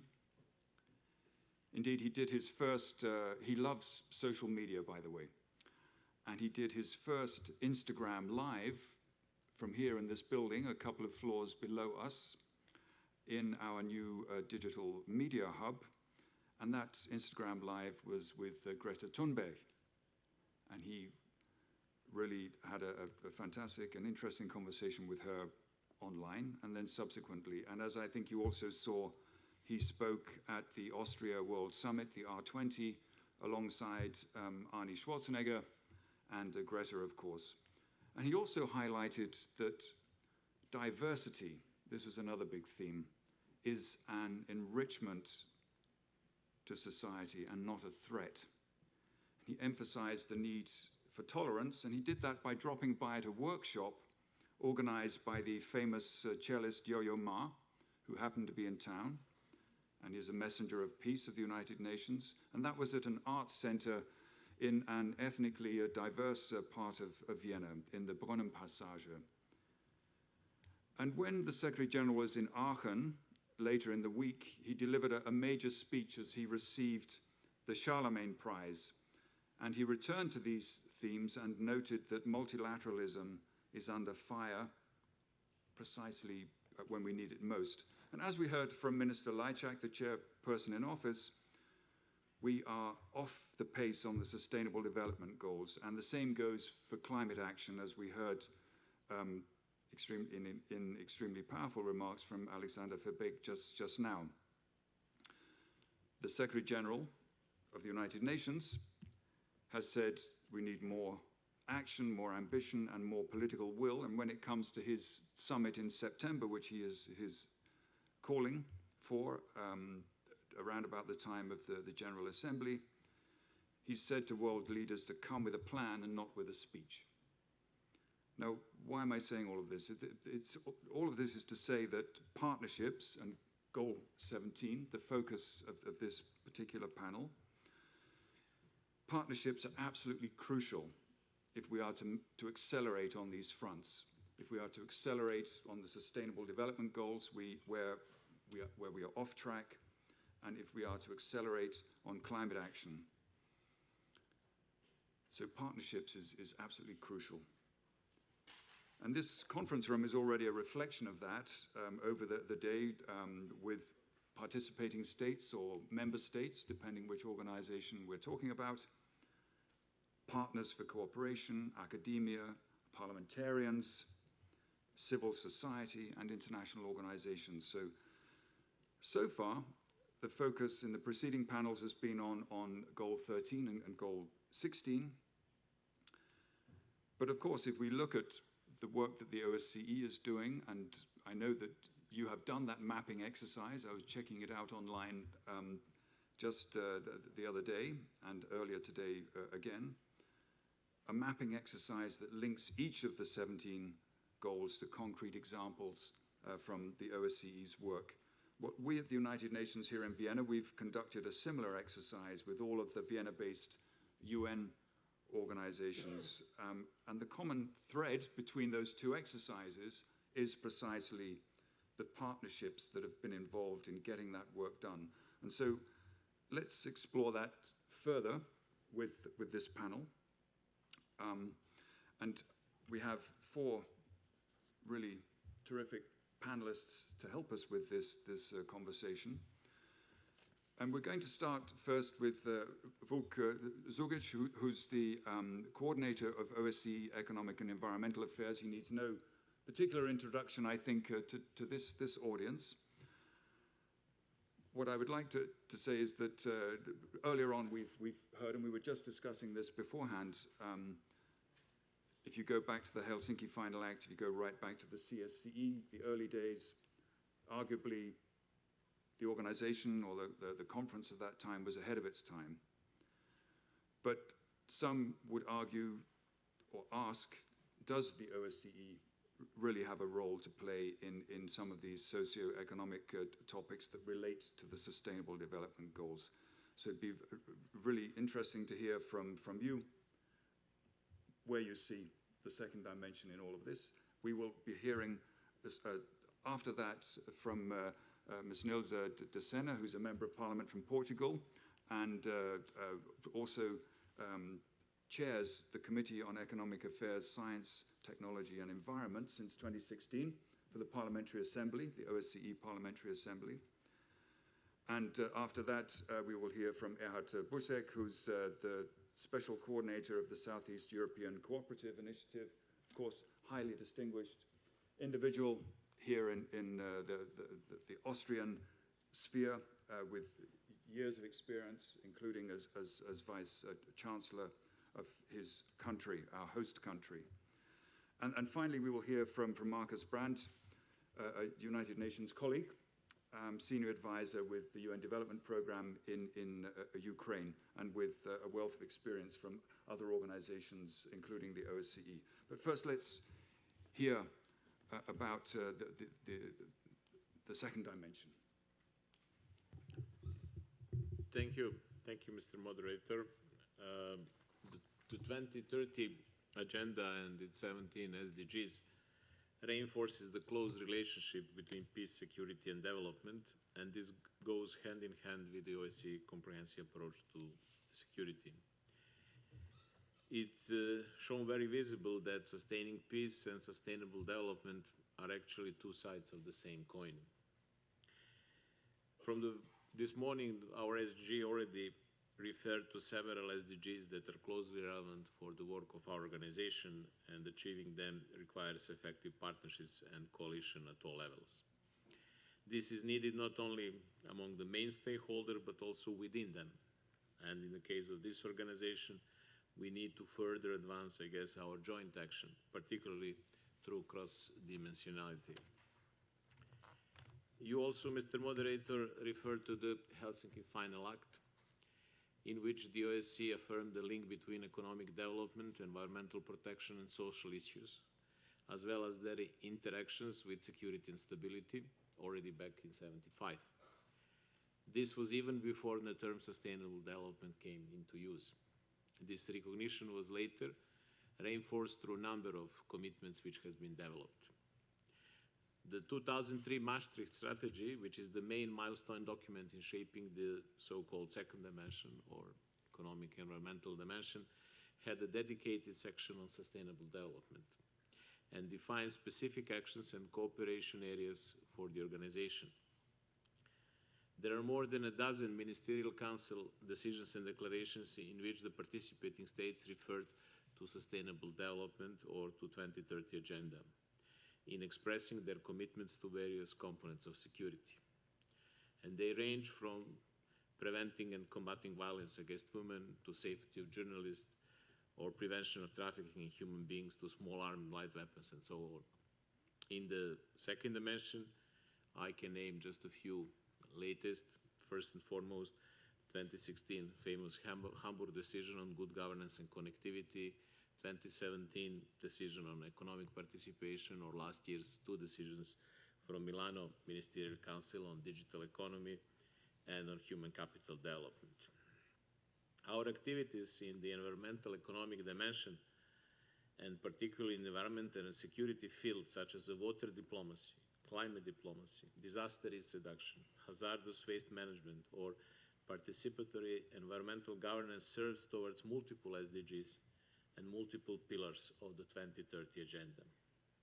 Last week, we discussed in Bratislava the benefits of sustainable energy for growth, prosperity, and security.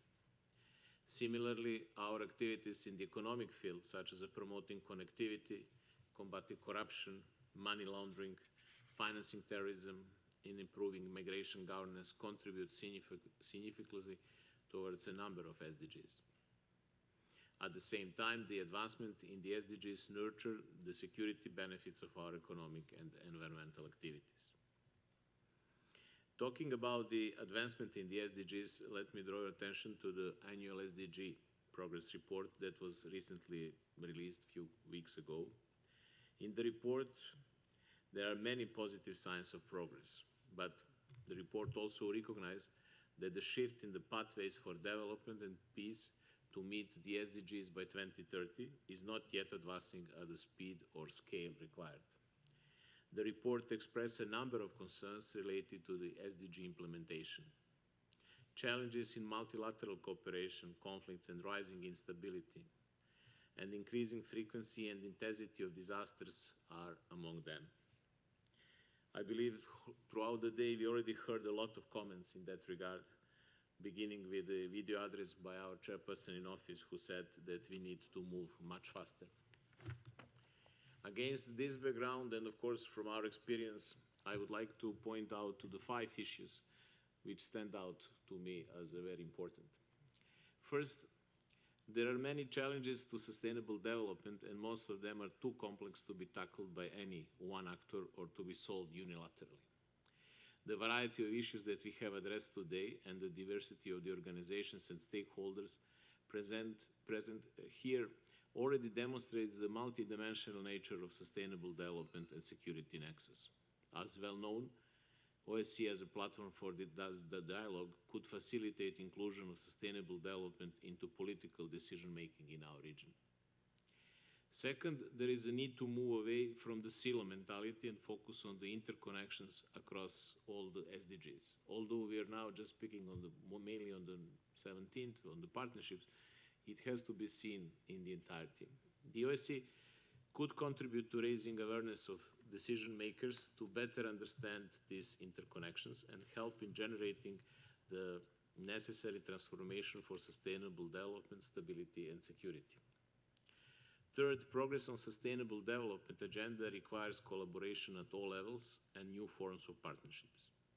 In the second dimension, and we also heard in the previous panel, we already have a number of long-standing partnerships.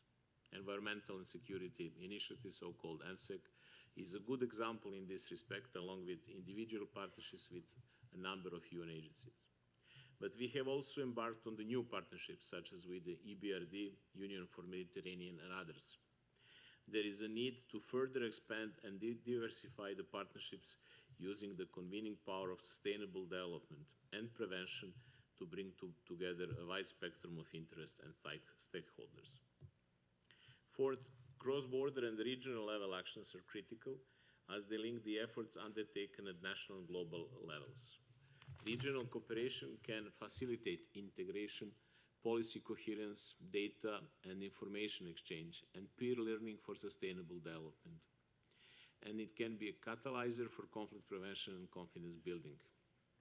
Thanks to our close cooperation within the environmental and economic dimension with our field operations, we have already established a number of good practices, supporting regional and sub-regional cooperation for economic connectivity, transport, trade facilitation, energy connectivity, integrated water management, climate change, to name just some of them. And the fifth, a whole-of-society approach is essential for achieving sustainable development as it is for enhancing security and stability. As we know, this year, people is in the focus of the Slovak OSCE chairmanship this year. In the second dimension, we are helping to promote citizens' environmental rights through a wide network of Harho centers. We are supporting economic empowerment of women, capacitating female professionals to be stronger players, for instance, in water management, and enhancing opportunities for youth employment and entrepreneurship. There is a need to continue to invest in civil society and to utilize full potential of women and youth in these processes. In concluding, let me also refer to the first SDG Summit, which will take place in September as a part of the UN General Assembly. It will probably showcase a range of remarkable actions and achievements in the last 4 years, both globally and, of course, in our region. But I believe it will also provide a clear picture of where we stand and where we are falling behind. The zero draft of the political declaration of the summit has been released 2 weeks ago. It contains 10 renewed commitments. One of them specifically calls for stronger multilateralism and partnership for sustainable development.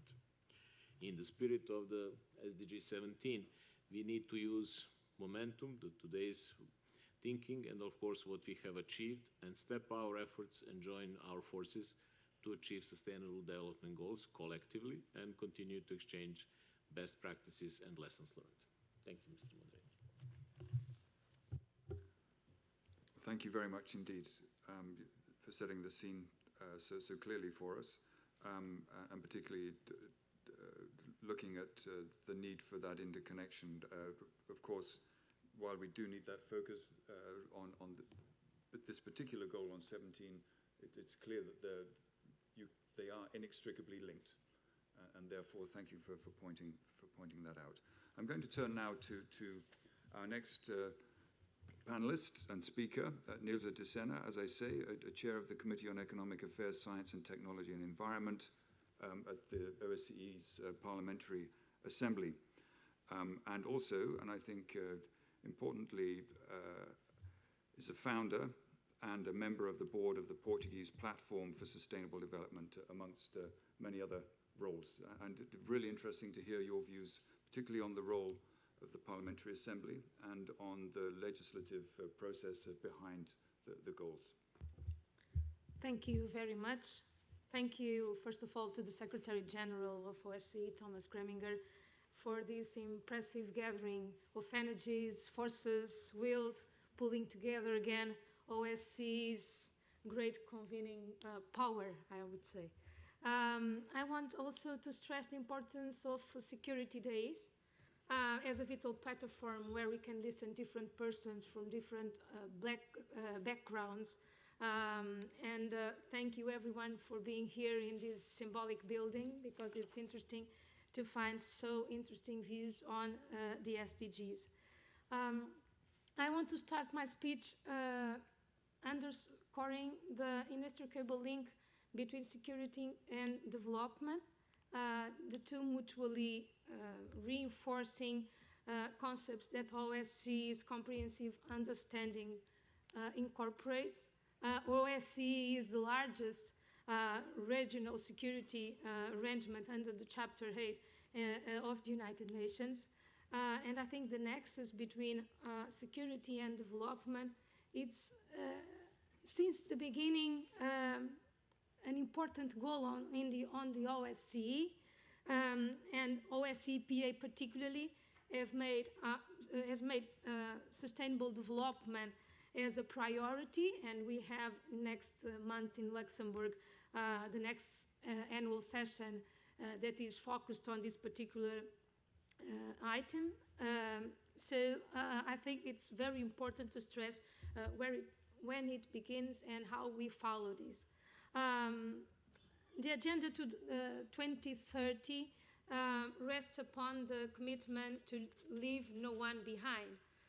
Sustainable development efforts must equally benefit all the people and all the states, especially the most vulnerable and marginalized, and ensure that the SDG strategies are sustainable, inclusive, locally driven, and honed. And I think on this particular case, this is where OSCE family can really help. If I could measure current aspirations of human beings, I would say that majority of us expect eternal health, life sustainability, and tolerance. But despite these pursuits, we're still facing huge challenges to achieve them. That's why the SDGs make sense as a major design of all of us. We've discussed climate change and security, peace and conflict prevention on these meetings. And 17th goal is about partnership. First, 17th goal is instrumental to all the others, and institutions are crucial, and they must point to the fulfillment of these goals. Second, all institutions are made by people, and I think, and I retain the same message from the previous keynote speaker, Mr. Alexander, in the last panel, that all of us should be committed.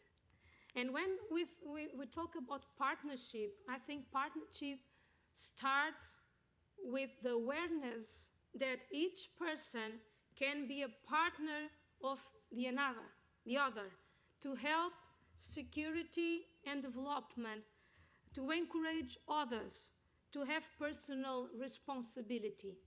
I was listening to our moderator in the beginning. Who is Greta Thunberg? She's a teenager, but she took for herself the responsibility of fight for climate action, for environment, and she chose the tools. She thought in maybe the poor means she had, but she inspired others from their age, others from different ages. She did already her part. And I think if we all do our part in our little sphere of influence, I think we can go further. But when we have a big umbrella, and I think OSCPA has a big umbrella when we are politicians, and we belong to an organization with 57 countries, more 11 from the Mediterranean countries, we have a double or triple responsibility on this. It's not only the personal that can be furthered, but we have a huge, I would say, even in this room, in my PA room, we are an elite. We are the privileged people, and when privileged people can take in hands these kind of tasks, this 17 goal that is instrumental for the others, then we are not doing anything inside here. We are listening to each other. It's interesting since the morning, great speeches, but we are not doing our best. And I think the OSCPA fulfill the commitments, and every year in the annual session we have some resolutions. I would say if we accomplish these commitments, these 57, we'll probably achieve most part of these sustainable goals, because there's an overlapping of topics between them. So Also, institutions can make more because we are 57. We agree on the resolutions, but we still on an ongoing process, and in the next year we're still on new resolutions and we're still on words, but we have a lack of action. I think, and I'll give only this particular example on climate change, that is one of the items chosen, one of the SDG, one of the important ones. If we achieve and realize Paris Agreement, we still have to deal with global warming, because global warming is not waiting for us to agree on this or that. Global warming is being increased every day. So it will be worse if we are late on this step, on this task, on this step. I have many words, you know.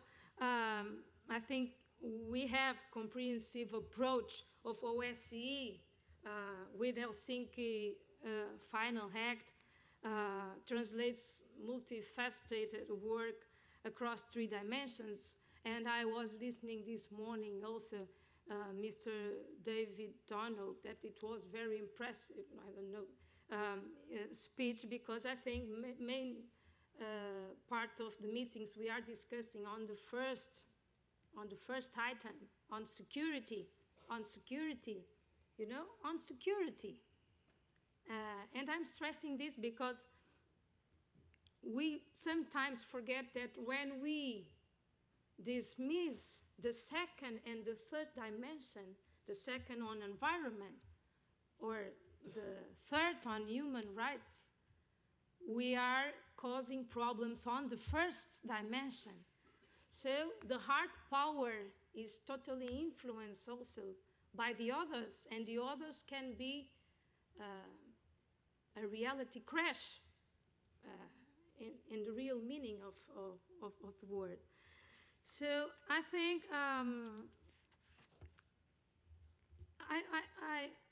I cannot neglect something that I heard here today, that I must stress here in my speech, because I listened to Mr. Ingeborg previous lunch, and she said, we cannot train, we can't train prosecutors, we can't train teachers, we can't train judges, but we cannot train politicians. But I don't feel that politicians are less than others. I don't feel bad for being a politician, and I want to be part on the solution. And when I say I'm telling the PA, because I'm representing them here today, we should bring politicians to the field, and I think it's an important step when, and I say thank you again for inviting us to be here, because I think we must be the first ones to flag up these kind of issues, to have a public voice inside our communities. And partnership is not isolate politicians from the other fields, and we try inside the OSPA to be connected with civil society, with academia, with many organizations, including with the UN also. And being part of it and being together, I think it's the right way to go straight ahead on these real big challenges. I think I'll finish here, and I'm available for questions after. Thank you. Thank you very much indeed. And certainly the Parliamentary Assembly does offer a big umbrella. That's certainly the case. And something else that you mentioned about not forgetting the second and third dimensions in this discussion is also highly significant. One other factor, if we look at the United Nations as well, it could be argued that in the past the role of parliamentarians was also overlooked. But this has changed. I certainly recall that from my time as the spokesman for the previous Secretary General, Ban Ki-moon, and certainly and of course he's not a politician or parliamentarian, but Antonio Guterres certainly was, and he does speak often, and indeed did just in the last few days about the role of politicians and that public voice and that connection. So thank you very much for this, and also for stressing once again that nexus between the security and development. Thank you very much. So next we're going to turn to Dr. Erhard Busek, as I mentioned, a former Vice Chancellor of Austria, a special coordinator for the Southeast European Cooperative Initiative. Very happy to have you here, and certainly, given your vast experience in national and regional politics, it would be, I think, extremely beneficial for us to hear your experiences and for you to reflect on your experiences, particularly in peace building and the role of partnerships in that area. And I'm sure that you have a wealth of concrete examples of how partnership looks in the field, in the real world, away from conference rooms. So welcome, and we look forward to hearing from you. Thank you. Thank you very much, Mr. Chairman, for your nice introduction, and I'm quite happy to be here because I'm connected by the Southeast European Cooperative Initiative for a very long time here in OSCE, and I'm quite happy to do so because looking to different fields, and I was working on EU enlargement, on some international affairs, and so on and so on. I think I don't want to blame others in the institution, but OSCE is doing a real contribution in many questions down to earth, which cannot be said about every international organization, but I don't want to raise a discussion about international organizations, I have to say. I think you might wonder what I will say, but the words of Mrs. What is it? The Sena encourages me to do because she made some very clear statements, and I think we should be critical and self-critical. What have we really reached? And my impression, for example, working for the last 30 years on Southeast Europe or the Balkans or whatever you want to say, or the European Union is saying Southwest Europe and so on and so on. Southeast Europe, I think it's really complicated. Do we really progress or not? Partly I want to give the answer. On different fields we are progressing. I think if I'm traveling through this region, and I'm doing it very often, there are some steps forward. We are all proud that we solved the name problem of North Macedonia and so on and so on. But looking to the real problems which are coming up, I think, is it really enough?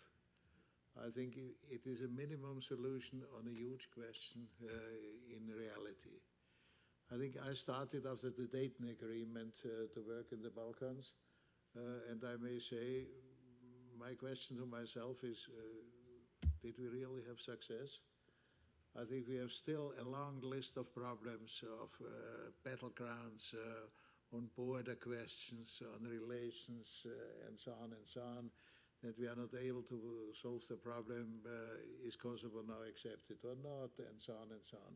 Beg your pardon for saying the real problems, it's better. It's more nice in international organizations to go around, but I think I'm not anymore living so long that I can avoid to go straight to the problems and to say it very directly. I think looking to the Balkans, as I started, we had new borders. Yugoslavia broke into pieces, and what the Americans who were financing Seki in this time gave as a real job for me as special coordinator on the subject were two things. It's really strange, but I may tell it as an anecdote. He said, I have to do two things. First of all, a transport agreement that the different states can exchange goods and so on and so on, because there was no basis. No state, 6 new states, and so on and so on. And the second thing was, I shall try to avoid that huge border stations are built up. On the second point, I failed totally. There are huge border stations, and so on and so on. The perspective of the Americans in this time was the countries will be all members of the European Union. I think until now, only one country is a member of the European Union, Croatia. We decided in Thessaloniki 2003 that all they shall become member of the European Union, but we are waiting now what's really happening. I think I don't want to tell you history and so on and so on. I'm coming from another side. Looking to the problems mentioned concerning environment, sustainability, and so on and so on, I have my doubts that the systems in which we are working are really able to solve the things. I think it is very primitive always to criticize the nation state. I think it is not only the nation state. I think there's a direct direction in politics about a kind of egoism, I may say. There's a nice saying in the Vienna language, everybody is thinking on himself or herself, only me, I'm thinking on myself. I think this is a general tendency in politics we have nowadays, and to overcome, it's a job of international organizations. But if, and the lady was speaking of politicians, if politics is not changing in this direction, there's no chance. I think it has to be said quite straight. I think we are printing a lot of papers where it is written, we have beautiful think tanks. I have to read all the results coming out, is one paper after the other. I don't know in my office where to do it, so many. I think sometimes I have the feeling, it might sound very primitive to you, we shall create more do things. I think we are really missing do things. And this is a question which should raise to the governments of the nation states, should be raised to international organizations, should be raised to the European Union and whoever. The most impressive activities in these days on the environment is coming from a Swedish girl and an old Austrian actor being in Hollywood. That's it. That's it. They are making some impression. And everybody feeling, I think if they have the next meeting in our country, it will create a lot of problems and so on and so on. And I think here we have to consider if we should not be more precise on the ground which steps are the next necessary really taken. Sometimes, not a criticism, but we are speaking always about the same. Are we really progressing? And in this time, where we are not so much progressing, there's some progress on other fields. Which fields? The technical development is going quite quickly. I think we are really, that's my impression, behind every technical development. I think we have even to do a lot of exercise to look where are they in front of us. And the distance between the technical progress and the really action and reaction of politics, of regulations and so on and so on, I think the distance is becoming bigger. It's necessary to speak it out, because maybe we have not the right strategy on this subject. And this is for sure very bad, because the prophecy which is done by the Swedish girl and by the old Austrian actor, I think is looking in the direction of catastrophes. But out of catastrophes, you cannot create hope. And hope is a very important instrument for every politics. If you have no hope, I think then it is doomsday or whatever. There was an Austrian writer in 1900-something, Karl Kraus. He was writing Austria as a test station for doomsday. I can give you the hope. I think no doomsday came until now to Austria. Therefore, I think things can move forward in the right direction. But we have to do even more to get clearer results here. I want to look to some examples. Example number one, what's the matter with the car? I'm reading every day in all newspapers and reports. I think, for example, that the car industry is investing billions for cars on electricity. Then I'm changing the page of the paper. I can read. We have a big problem what to do with the batteries. I think here a lot of new problems are coming up. What can we do with them? Next problem, do we have enough electricity for these cars? That might be also the problem. What is the sense what I'm saying? I think what we shall try is to fit the things together. I think we have a separation of problems with one direction, the other direction, and so on and so on. And there's no real exchange of the views to compose it to a common strategy in reality. I think this is a great job which has to be done. And beg your pardon, not only Donald Trump is speaking about China, me too. I'm in charge of the EU SDR, that's a European Union strategy for the Danube region. Who are the guests always coming to me?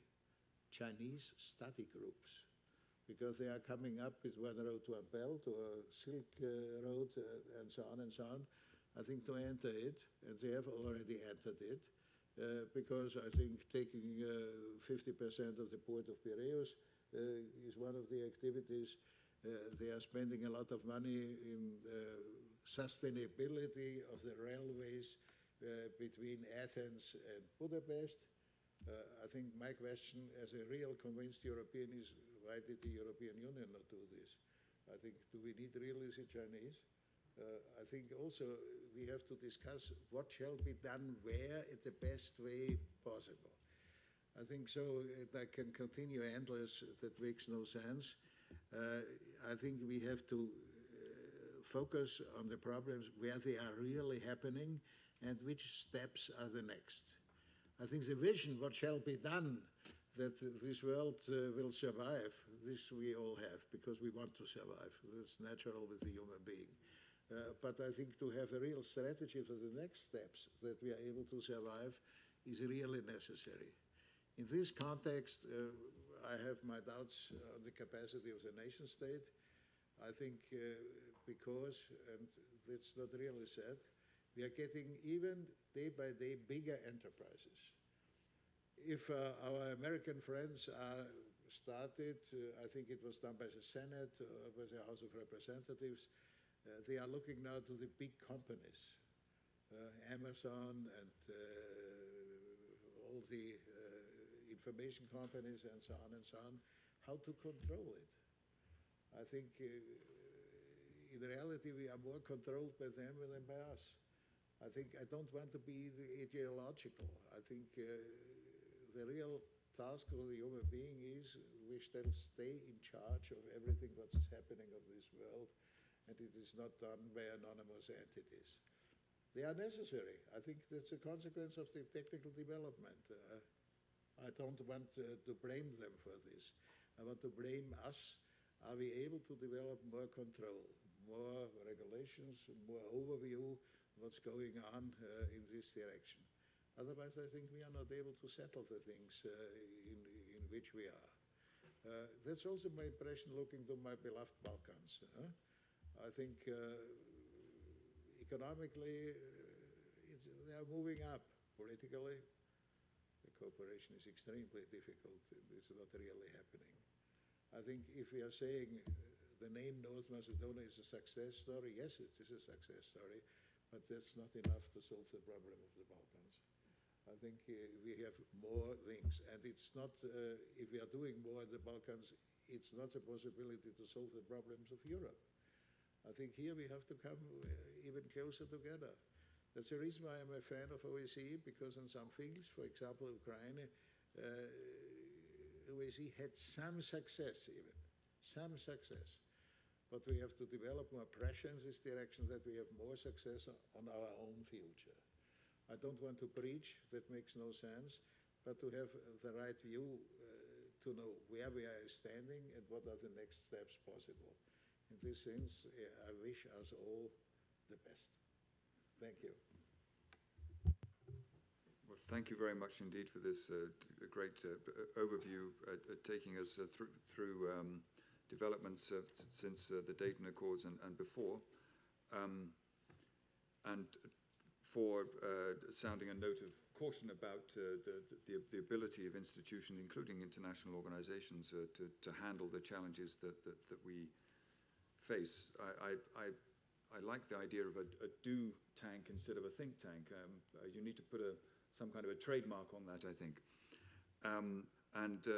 Yes, it's certainly true that public figures, whether teenagers or septuagenarians, are important. Influencers are important to help us to get where we need to be. And Secretary General Guterres, in the speech I was mentioning earlier that he gave in Aachen last week, he spoke about climate action, he spoke about diversity and tolerance. And the third challenge that he identified was precisely the digital era and the technological developments that in some cases are outstripping our ability to keep up with them. So thank you very much indeed for this overview. And I'm going to turn now finally to Markus Brandt, as I mentioned, Senior Advisor with the UN Development Programme in Ukraine, and also having worked for a number of different United Nations organizations, with the OSCE, with the Austrian Foreign Ministry, and with the European Union. So I'd be really interested, and I know others would be interested, to hear about partnerships in the field. What does it look like out there? We heard praise for the OSCE role in Ukraine. What's that relationship like there? And more broadly, because your career has encompassed so many different organizations, tell us how this could partnerships do work, and where they don't work, why is that? Thank you very much, and thank you also to the OSCE for inviting me here. I will come to your question. I would just like to start with saying that it's a bit daunting to speak as the last one on this full day of very interesting presentations, and on top of it, between Erhard Busek and the OSCE Secretary General, so I'll try to make it interesting and short. But I should say that the last time I spent a full day in this air-conditioned, windowless room was 30 years ago, when I was going to school here in Vienna, and I attended a Model UN here. And in that context, I had started to study about the UN Charter, international human rights law, and all these interesting things, which I ended up getting into in my university years later. And I found this Model UN experience quite challenging, because I thought, my God, all these principles and nice things I had read about, and then this is so complicated, sitting there with all these different procedures and protocols and whatnot. So in a way, it's been sort of this whole thought of ideals and normative aspiration versus reality of international cooperation is something that I've always associated this room with. So it's very interesting to be back here. I would like to actually say a few words about what we do as in UNDP, the United Nations Development Programme in Ukraine, where I've been working now for the last 4 years. UNDP in Ukraine is now the biggest UNDP operation in Europe. We have a very wide range of activities and programs. And altogether, I think I can answer the question of this panel, namely whether the OSCE has a role to play on the SDGs and whether the UNDP can be a good partner. I think the answer is very simple, yes to both. And I will elaborate a little bit on what that could look like. I found it very interesting. Let's talk a bit more about the whole normative side of things, because I've always been very interested in this, and it was fascinating to hear so many references to the Helsinki Final Act today, and how the Agenda 2030 was drafted, and to have someone like David Donoghue here. And I've even read a book about multilateral diplomacy that describes, it's special for diplomacy nerds, very interesting book about how the Agenda 2030 was drafted. because in a way it's quite similar to the Helsinki Final Act, which was also the product of years of diplomatic negotiations. Nowadays, when you just see the SDG cubes and the UNDP talking about it, you don't realize that this is actually the product of years and years of intense negotiation and superb diplomatic skill that ended up in these two agreements. Now, the Helsinki Final Act in itself was definitely a forerunner of the Agenda 2030, in my view, because it so much broke traditional barriers between different fields and brought together these different aspects of traditional international law, but also the commitment to human rights, for example. A part of the 10 basic principles of the Helsinki Final Act is that the respect for human rights and fundamental freedoms is on the equal level with the inviolability of territorial integrity and the non-interference in internal affairs. So that allowed human rights to actually be treated as part of what the CSE at the time was talking about. And it was people who actually read this and took this seriously, like people like Lyudmila Alexeyeva and those people who set up the Helsinki groups in the various countries, who said these words must mean something. Let's actually hold our governments to account for this, that gave meaning to these commitments in the same way as Greta Thunberg is now holding the Paris agreements to us like a mirror and said, are you really going to implement this or not? So there is a very interesting dimension here of the normative aspiration and what it means to common people, what it means to the general population.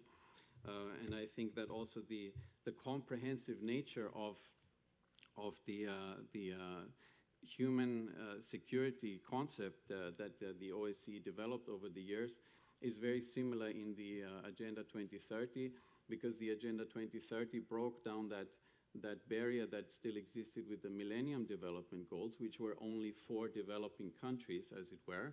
Now the SDGs are a politically binding commitment to all UN member states in the same way as all OSCE commitments are politically binding commitments to all OSCE participating states. And I think there's a very interesting parallel there, both in terms of the universality, but also in terms of the power that politically binding commitments can have, even though they are not part of a legally binding convention.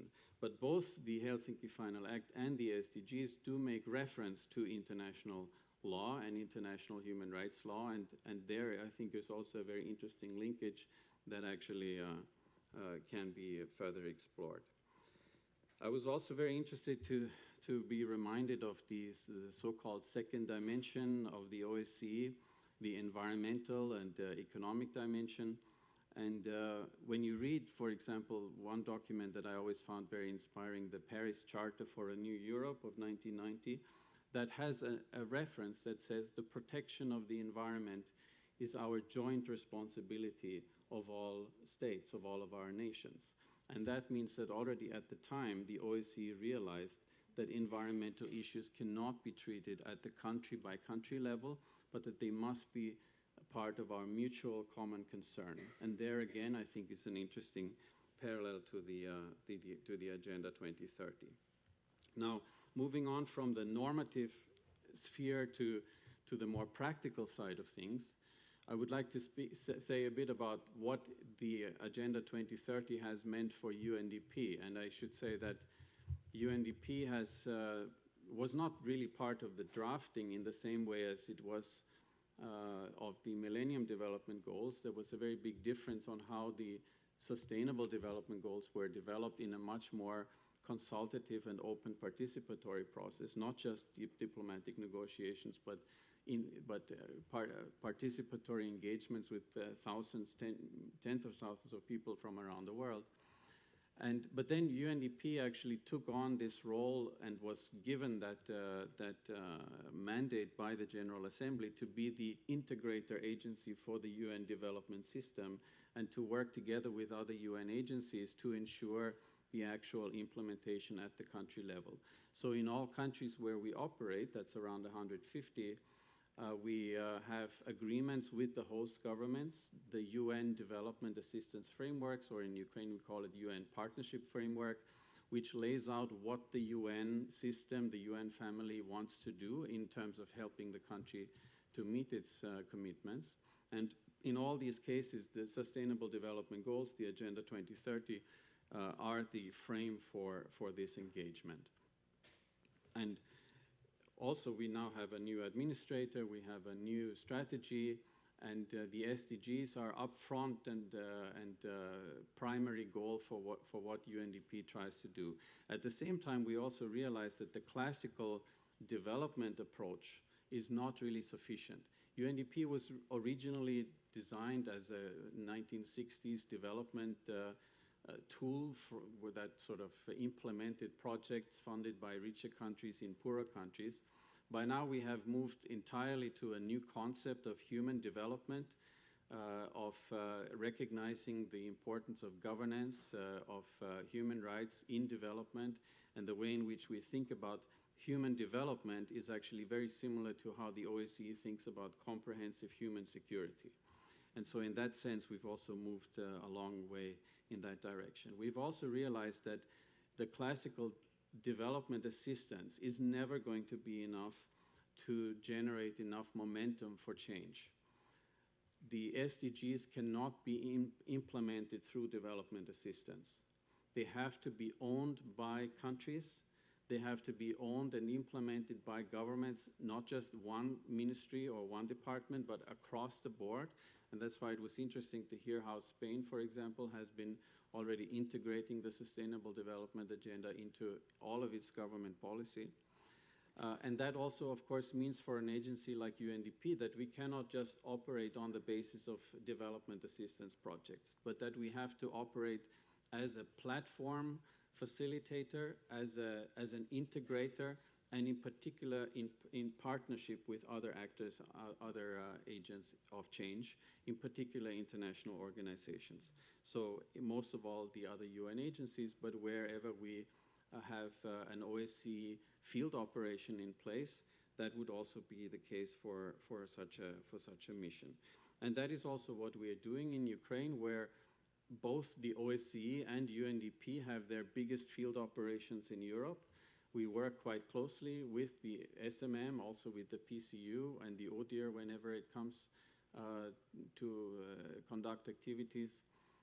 Also the other bodies and institutions, both at the national level, but in particular at the local level. And that is where I think it's the most relevant.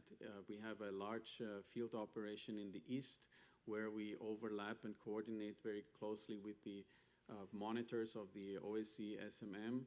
And there, when it comes to bringing assistance to people, you know, the babushkas walking across the Stanica Luhanska bridge, they don't care which organization they're getting assistance from. They really don't care whether we call it humanitarian recovery or development assistance. They really don't mind whether you know, which donor this comes from, but they want to have solutions for their very practical problems. And that gives us all who operate in the field a sort of a sense of focus to go beyond the difficult coordination problems we have sometimes at headquarters. And there, the coordination and practical cooperation works actually pretty well. So I've talked about the normative side, I've talked a bit about the practical side. But I think what comes to mind most importantly after all these interventions we've heard today is the increasing question of relevance. And Erhard Busek also spoke about this briefly.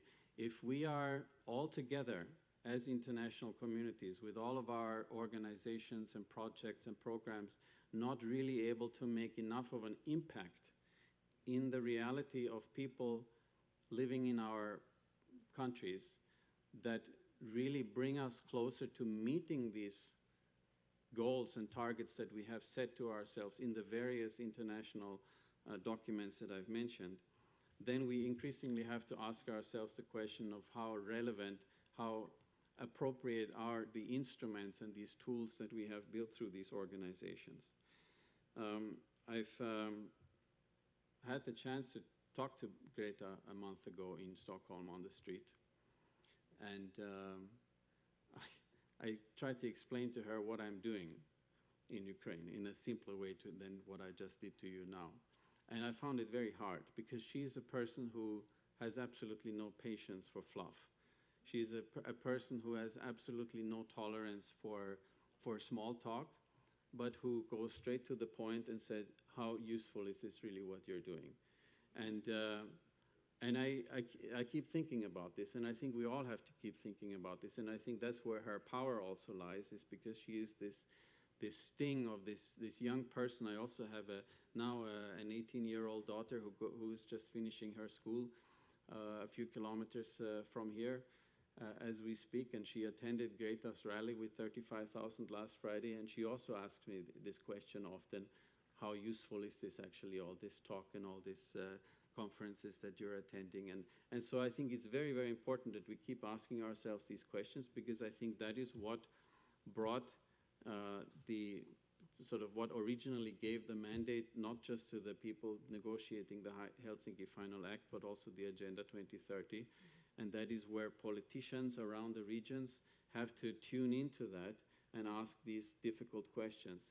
And only if we are able to go beyond the rather narrow thinking of structures and boxes that we have created over the years, and work together pragmatically for solutions that actually make a difference to the Babushka and Stanica Luhanska bridge, then we will be able to truly say that we have lived up to our expectations and fulfilled these commitments.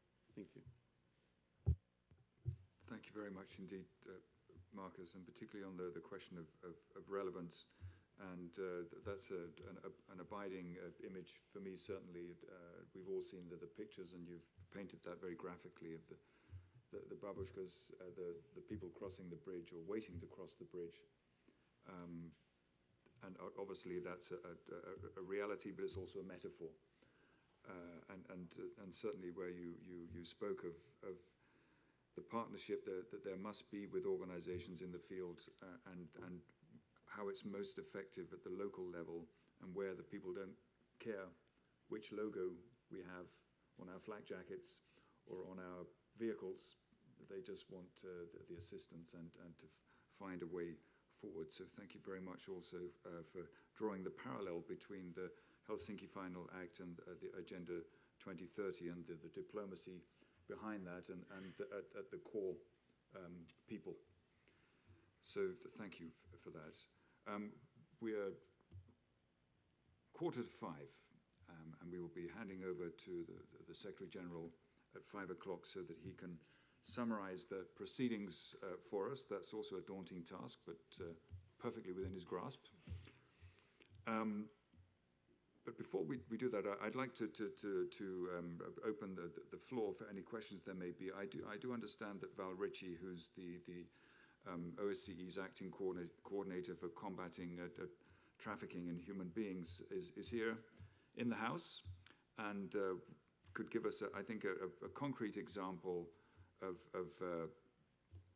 partnership in action with the Interagency Coordination Group Against Trafficking in Persons, which is being chaired by the OSCE at the moment. So please, the floor is yours, and then we'll see if there are other comments or questions. Please. Thank you, Mr. Moderator. I noted when you opened this session that you mentioned partnerships are crucial. And I think inherent in that concept is the idea that the SDGs are ambitious. They tackle large problems, and no one entity can solve it on its own. So we really need to think about how to combine our resources. I'm also mindful of the comment earlier about do tanks, because ultimately we can't just have a conversation about partnerships. They need to be practical and functional. I think one example of that is, as you mentioned, the UN's Interagency Coordination Group Against Trafficking, or ICAT, which is mandated to enhance cooperation and coordination across 23 UN agencies and numerous partners outside the UN, and facilitate a holistic approach to responding. And what that can do is it can help drive coordinated and harmonized activities from the global to the regional to the local level. That matters because the problem, like so many of the problems that have been discussed today, is gigantic. The problem of trafficking vastly exceeds the capacity of any one UN agency or the OSCE to tackle. And so really the only way it's going to work is together. And it also recognizes, I think, that a topic that's been highlighted a few times today, that we each bring specific strengths, capacities, skills to the social issues that can be enhanced when we work together. And we can then amplify our impact when we join together. And one example of that is, and this is again in line with the do tank concept, is that the ICAT has started to talk about not only assisting member states or participating states in ethical procurement, but also talking about how the members of ICAT can adopt the same policies so that their procurement is also ethical. What that means is that the work of ICAT is not only about promoting progress towards the SDGs, it's about actually engaging in activities that enhance that activity as well. In that regard, I think we are striving towards relevance. So with that, I will conclude and only highlight this point. This year, for the first time ever, ICAT is being co-chaired by the OSCE and UN Women, as you mentioned. It's a sort of mini partnership inside a partnership. And I think that that structure of bringing together a regional organization and a global entity into collaboration in leading a coordinating mechanism is hugely important in demonstrating to our clients, to the society that relies on us, that we are in fact in line with each other and that we're all striving towards the same goals. Thank you very much. Thank you very much for that very practical example. And as you say, that is a huge undertaking. So thank you for showing us how that can work with by enhancing and amplifying. Any other questions or thoughts? I can see a hand right here. Please.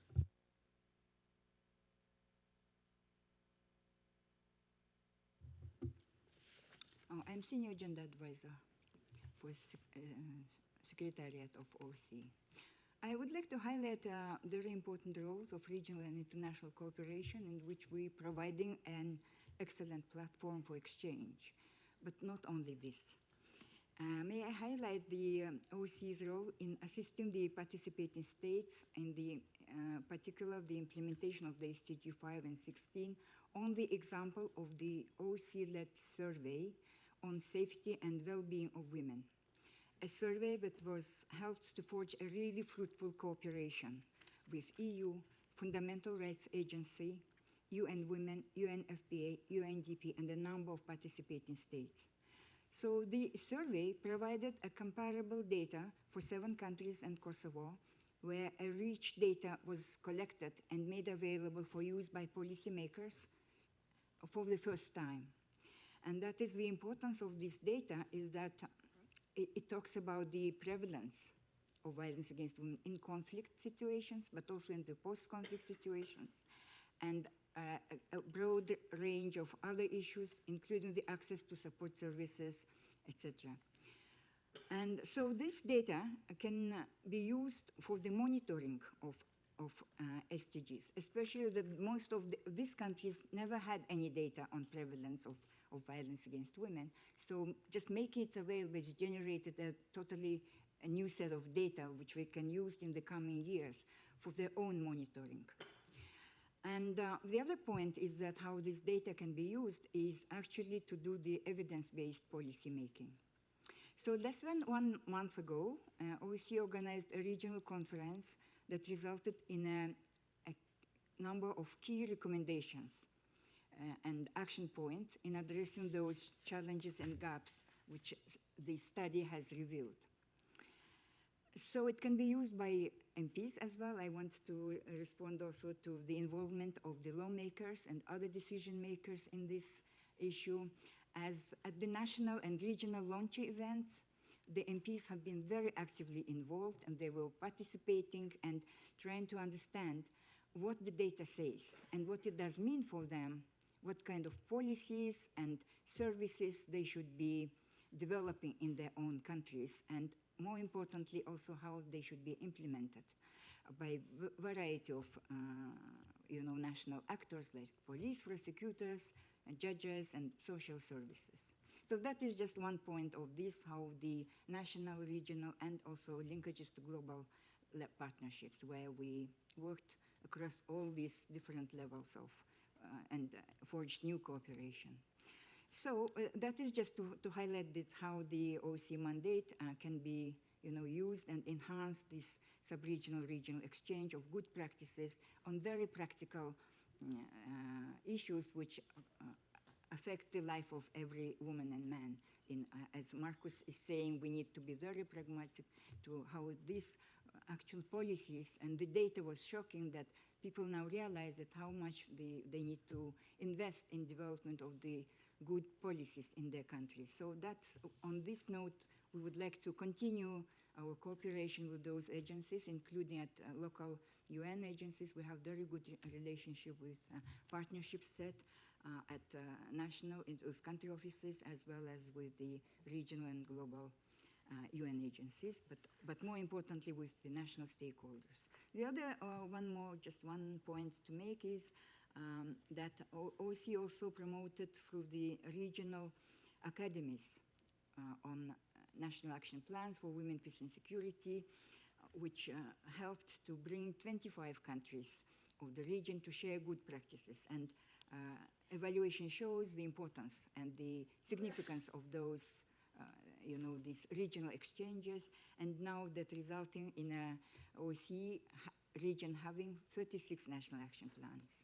Existence of those plans, so it means 60% of all participating states have a own action plan. But of course, drafting the laws is good, but now we need to refocus our major strike into the implementation and really to look at those capacities of national stakeholders.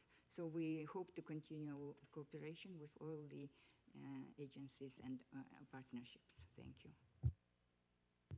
Thank you very much indeed for this.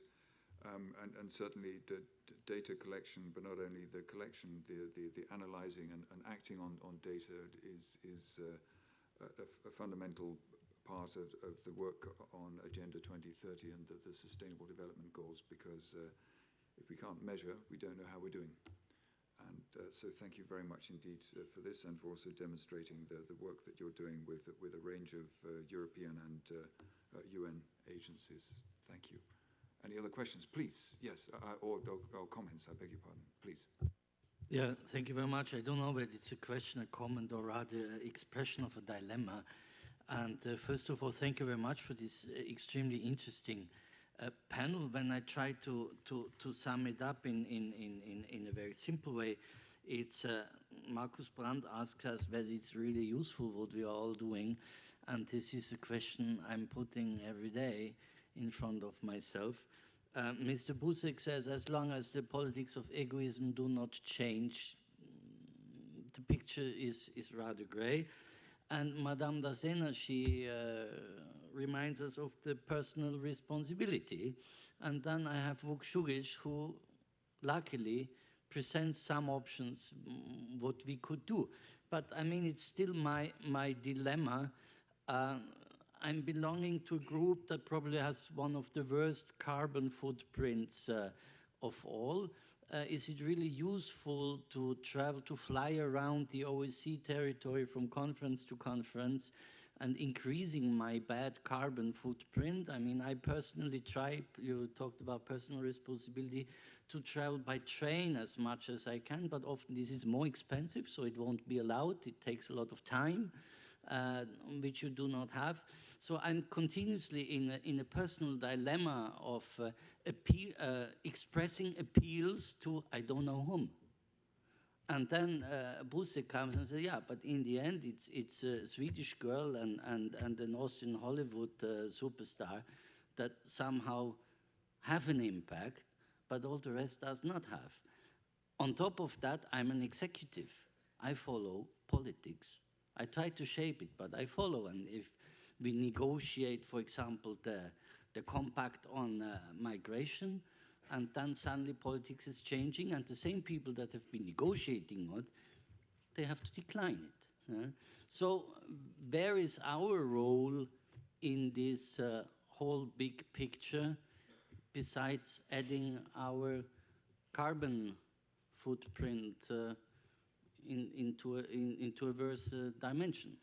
I mean, it's rather perhaps not that positive or forward-looking what I'm asking, but it's a dilemma that I think every of us every day has when you look in the morning into the mirror and say, so is it really useful what you're doing?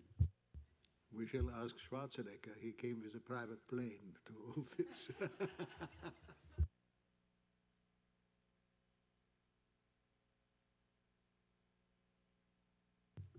And Greta by train.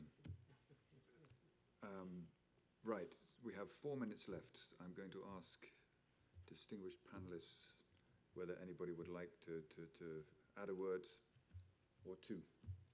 Please. I think UNDP has learned over the years that development is primarily about changing mindsets, changing attitudes and relationships. And for that, leadership is extremely important. And I completely share the dilemma that you described. But for me, my conclusion is at least I'm trying to do my best to take leadership in my own area, to inform myself as much as I can about even things that I didn't study, like climate change and carbon footprints and these kind of things, and to make my work as relevant and focused as possible for real people. And there, I think in Ukraine, we've seen, and it actually does work, that when you empower local communities and individuals to make a change in their respective areas, a lot can actually happen. And so I'm actually generally optimistic that it is useful what we're doing, but we just have to get out of our conference rooms and hotels and air-conditioned UN conference halls sometimes and focus on the people outside. Would you like to add something? Oh, I didn't notice any question, but just to conclude, I think the important thing is having partnership, cooperation, and commitment. And I will stress commitment because just to give you an example of this cooperation, this partnership, we were a big team in the Arctic mission, Arctic trip in the last week, not only to speak because we are for the previous years talking on climate change, talking about the thawing of ice, but it's important to be connected and to see with our eyes what is really happening there.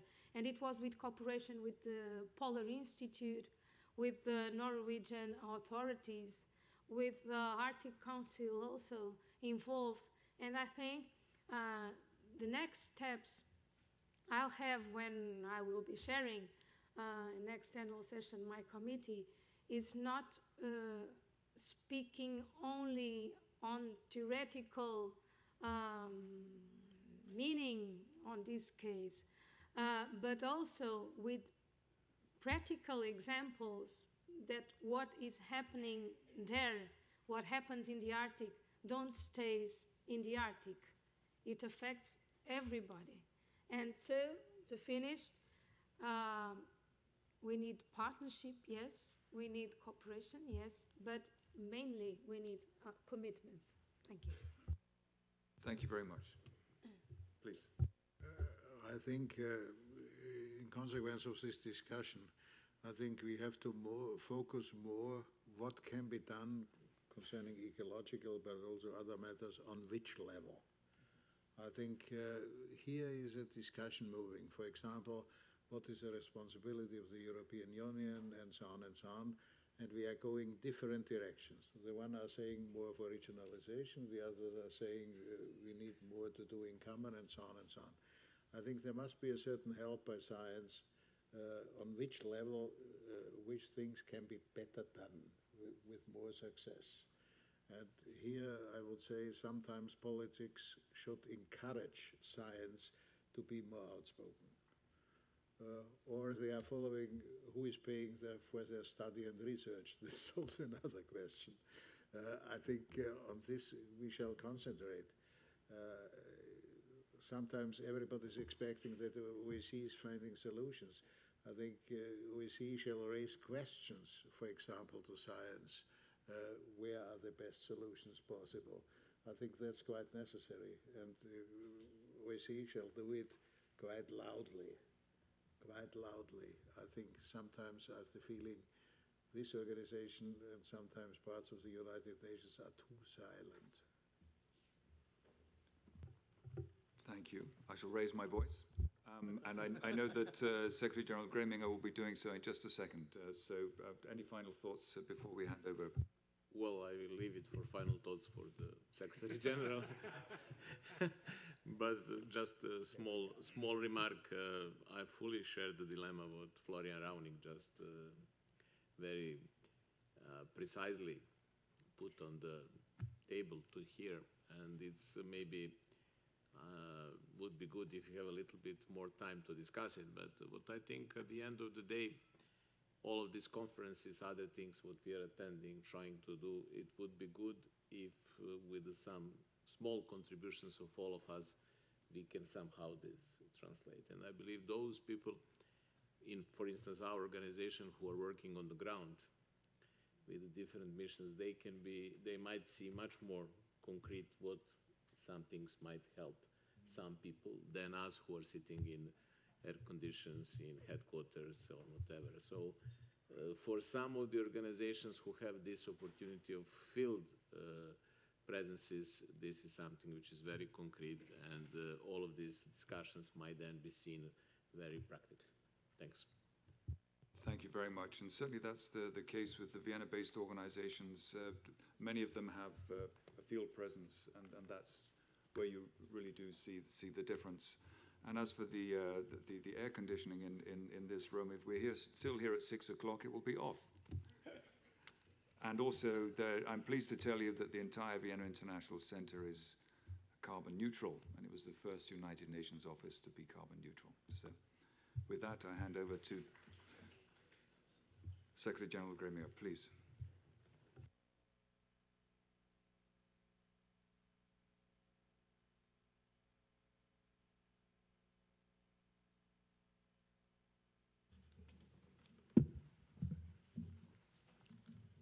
Yeah, ladies and gentlemen, dear colleagues, thank you. Thank you so much for contributing to an extremely rich and insightful Security Day.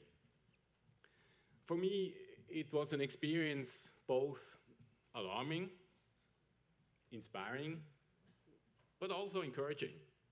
Encouraging to focus much more systematically and extensively on how we, as an OEC, can contribute to SDG implementation and how these goals can help focus the work of our organization. Now, Martin, I'm not going to try to summarize. I think this would be a very risky endeavor. I'm not going to summarize our discussions. Now, we have carefully listened to all of you. We will carefully assess what has been said in the course of the day, and we will come up with a set of hopefully sound conclusions and recommendations. What I would like to share with you right now is simply 7 personal takeaways. My first, our audio director, Ingeborg Gisladottir, said this morning, we are implementing the SDGs every day, but we are not really connecting enough what we do with the Agenda 2030 and the SDGs. And I think this is true. Now, for this to improve, I think we need to map and to brand much better what we do. So I see a need to more systematically map SDG-related activities implemented by OEC executive structures. And I believe we should, in particular in our programmatic work, highlight how we contribute to supporting our participating states to implement the SDGs. I would not be selective in doing that. I believe we contribute in a way or another to practically all SDGs, perhaps to some more significantly, and SDGs 3, 5, 6, 7, 8, 13, 16, 17 have been mentioned very prominently. But I would do the mapping in a non-selective way.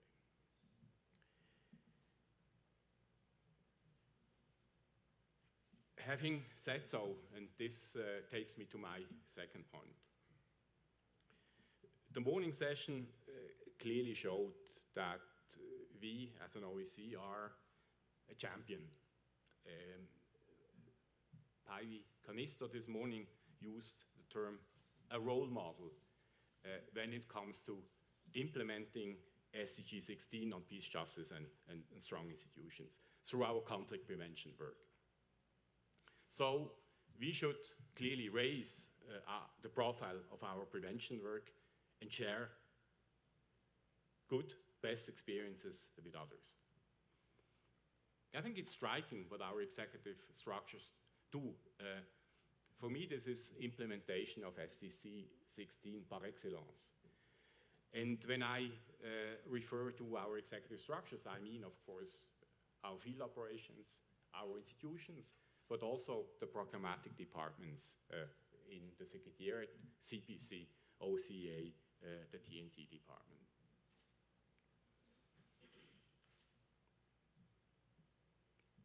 And this conflict prevention work, I think it's both operational and structural. And I think Clemens Koya's presentation showed very well, your mission's role in conflict, in crisis management in 2017. This is clearly operational conflict prevention.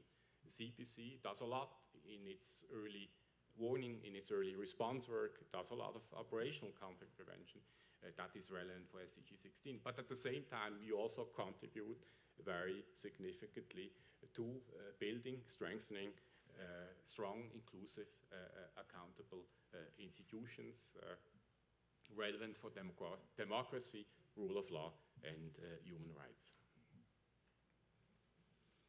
Third,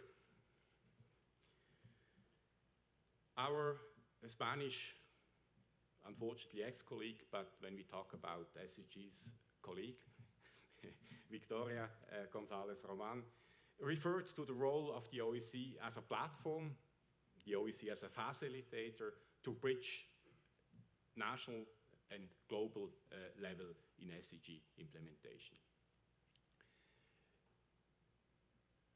And I would see this, on the one hand, as a call to continue to do what we've been doing under the heading of leveraging partnerships between the OEC and the UN, between international and regional organizations, but also with civil society actors, development agencies, and of course, and I think this is needed much more with the private sector. And I think in the course of the day, and now just before, Val referred to ICAT, but there was also more than one reference to NSEC in the course of the day. I think these are very special partnerships that I see particularly relevant when it comes to bridging this national global divide. But this is for me also a call to, not a call, for me this is in line with a modern interpretation of our function as Chapter 8 arrangement of the UN.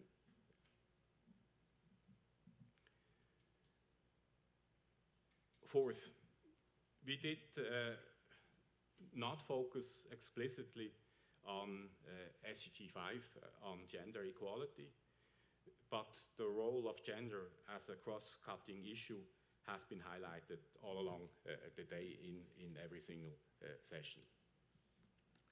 And here as well, I think we are well positioned as OEC.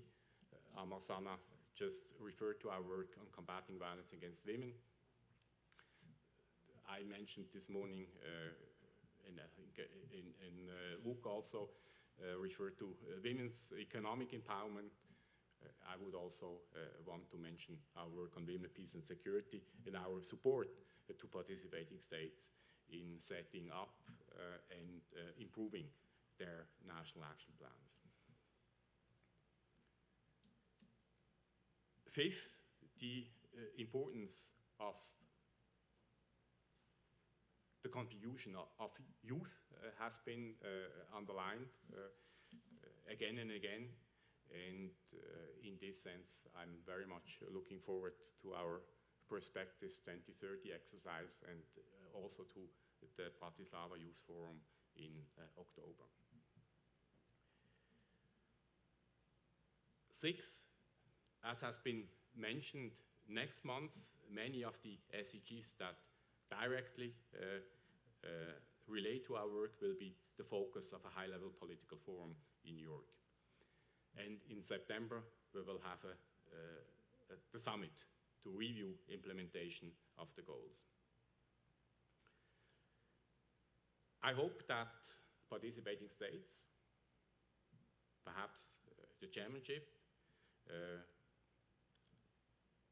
representatives of the Secretariat would highlight the role of our organization in supporting states in implementing the SDGs and in playing these roles of bridging the national and the global gap. I think we have different options. I can talk. I would, of course, never dare to talk on behalf of the 57 participating states, so I can reassure you I would talk as a representative of the Secretariat. But of course, also the Slovak chairmanship would have a lot of legitimacy to talk about our role. But I hope that all of you, all participating states, will use that opportunity to showcase our work.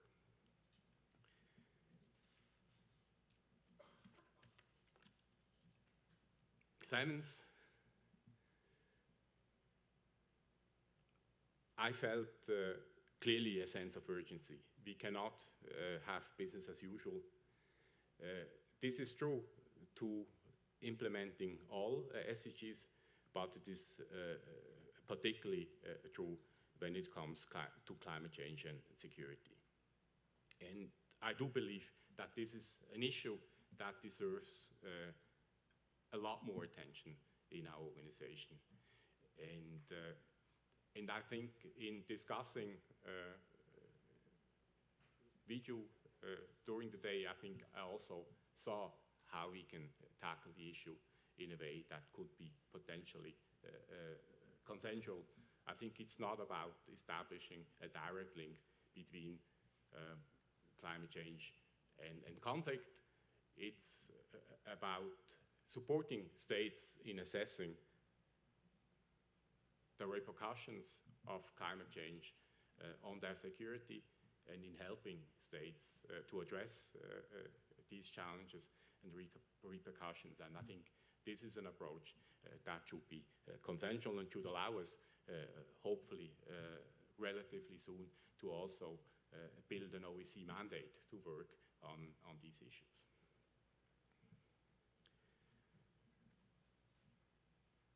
Let me conclude by thanking, first of all, the UN office here in Vienna for hosting us. I think there couldn't have been a better venue to discuss SDGs than here. I would like to thank the Strategic Policy Support Unit, and in particular Thomas Henning and Ena Bektasevic for having organized this Security Day. And I believe you, and I can assure you, you cannot organize such a Security Day with just hiring for 3 months as an intern. You need really serious resources, serious intellectual power to mount such an exercise. And I'm grateful that the Strategic Policy Support Unit did that so well. And then, of course, I would like to thank all the speakers and moderators. I know we've been all spoiled by high-quality contributions all along the day, and I'm extremely grateful to all of you. And then, well, last but not least, thank you for your participation, for your interest. I think that is the essence of a Security Day, an informal dialogue platform in our organization to advance thinking on issues, you know, that haven't made it formally on the OSCE agenda. With this, I wish you a nice rest of the day, and thanks again for your contribution.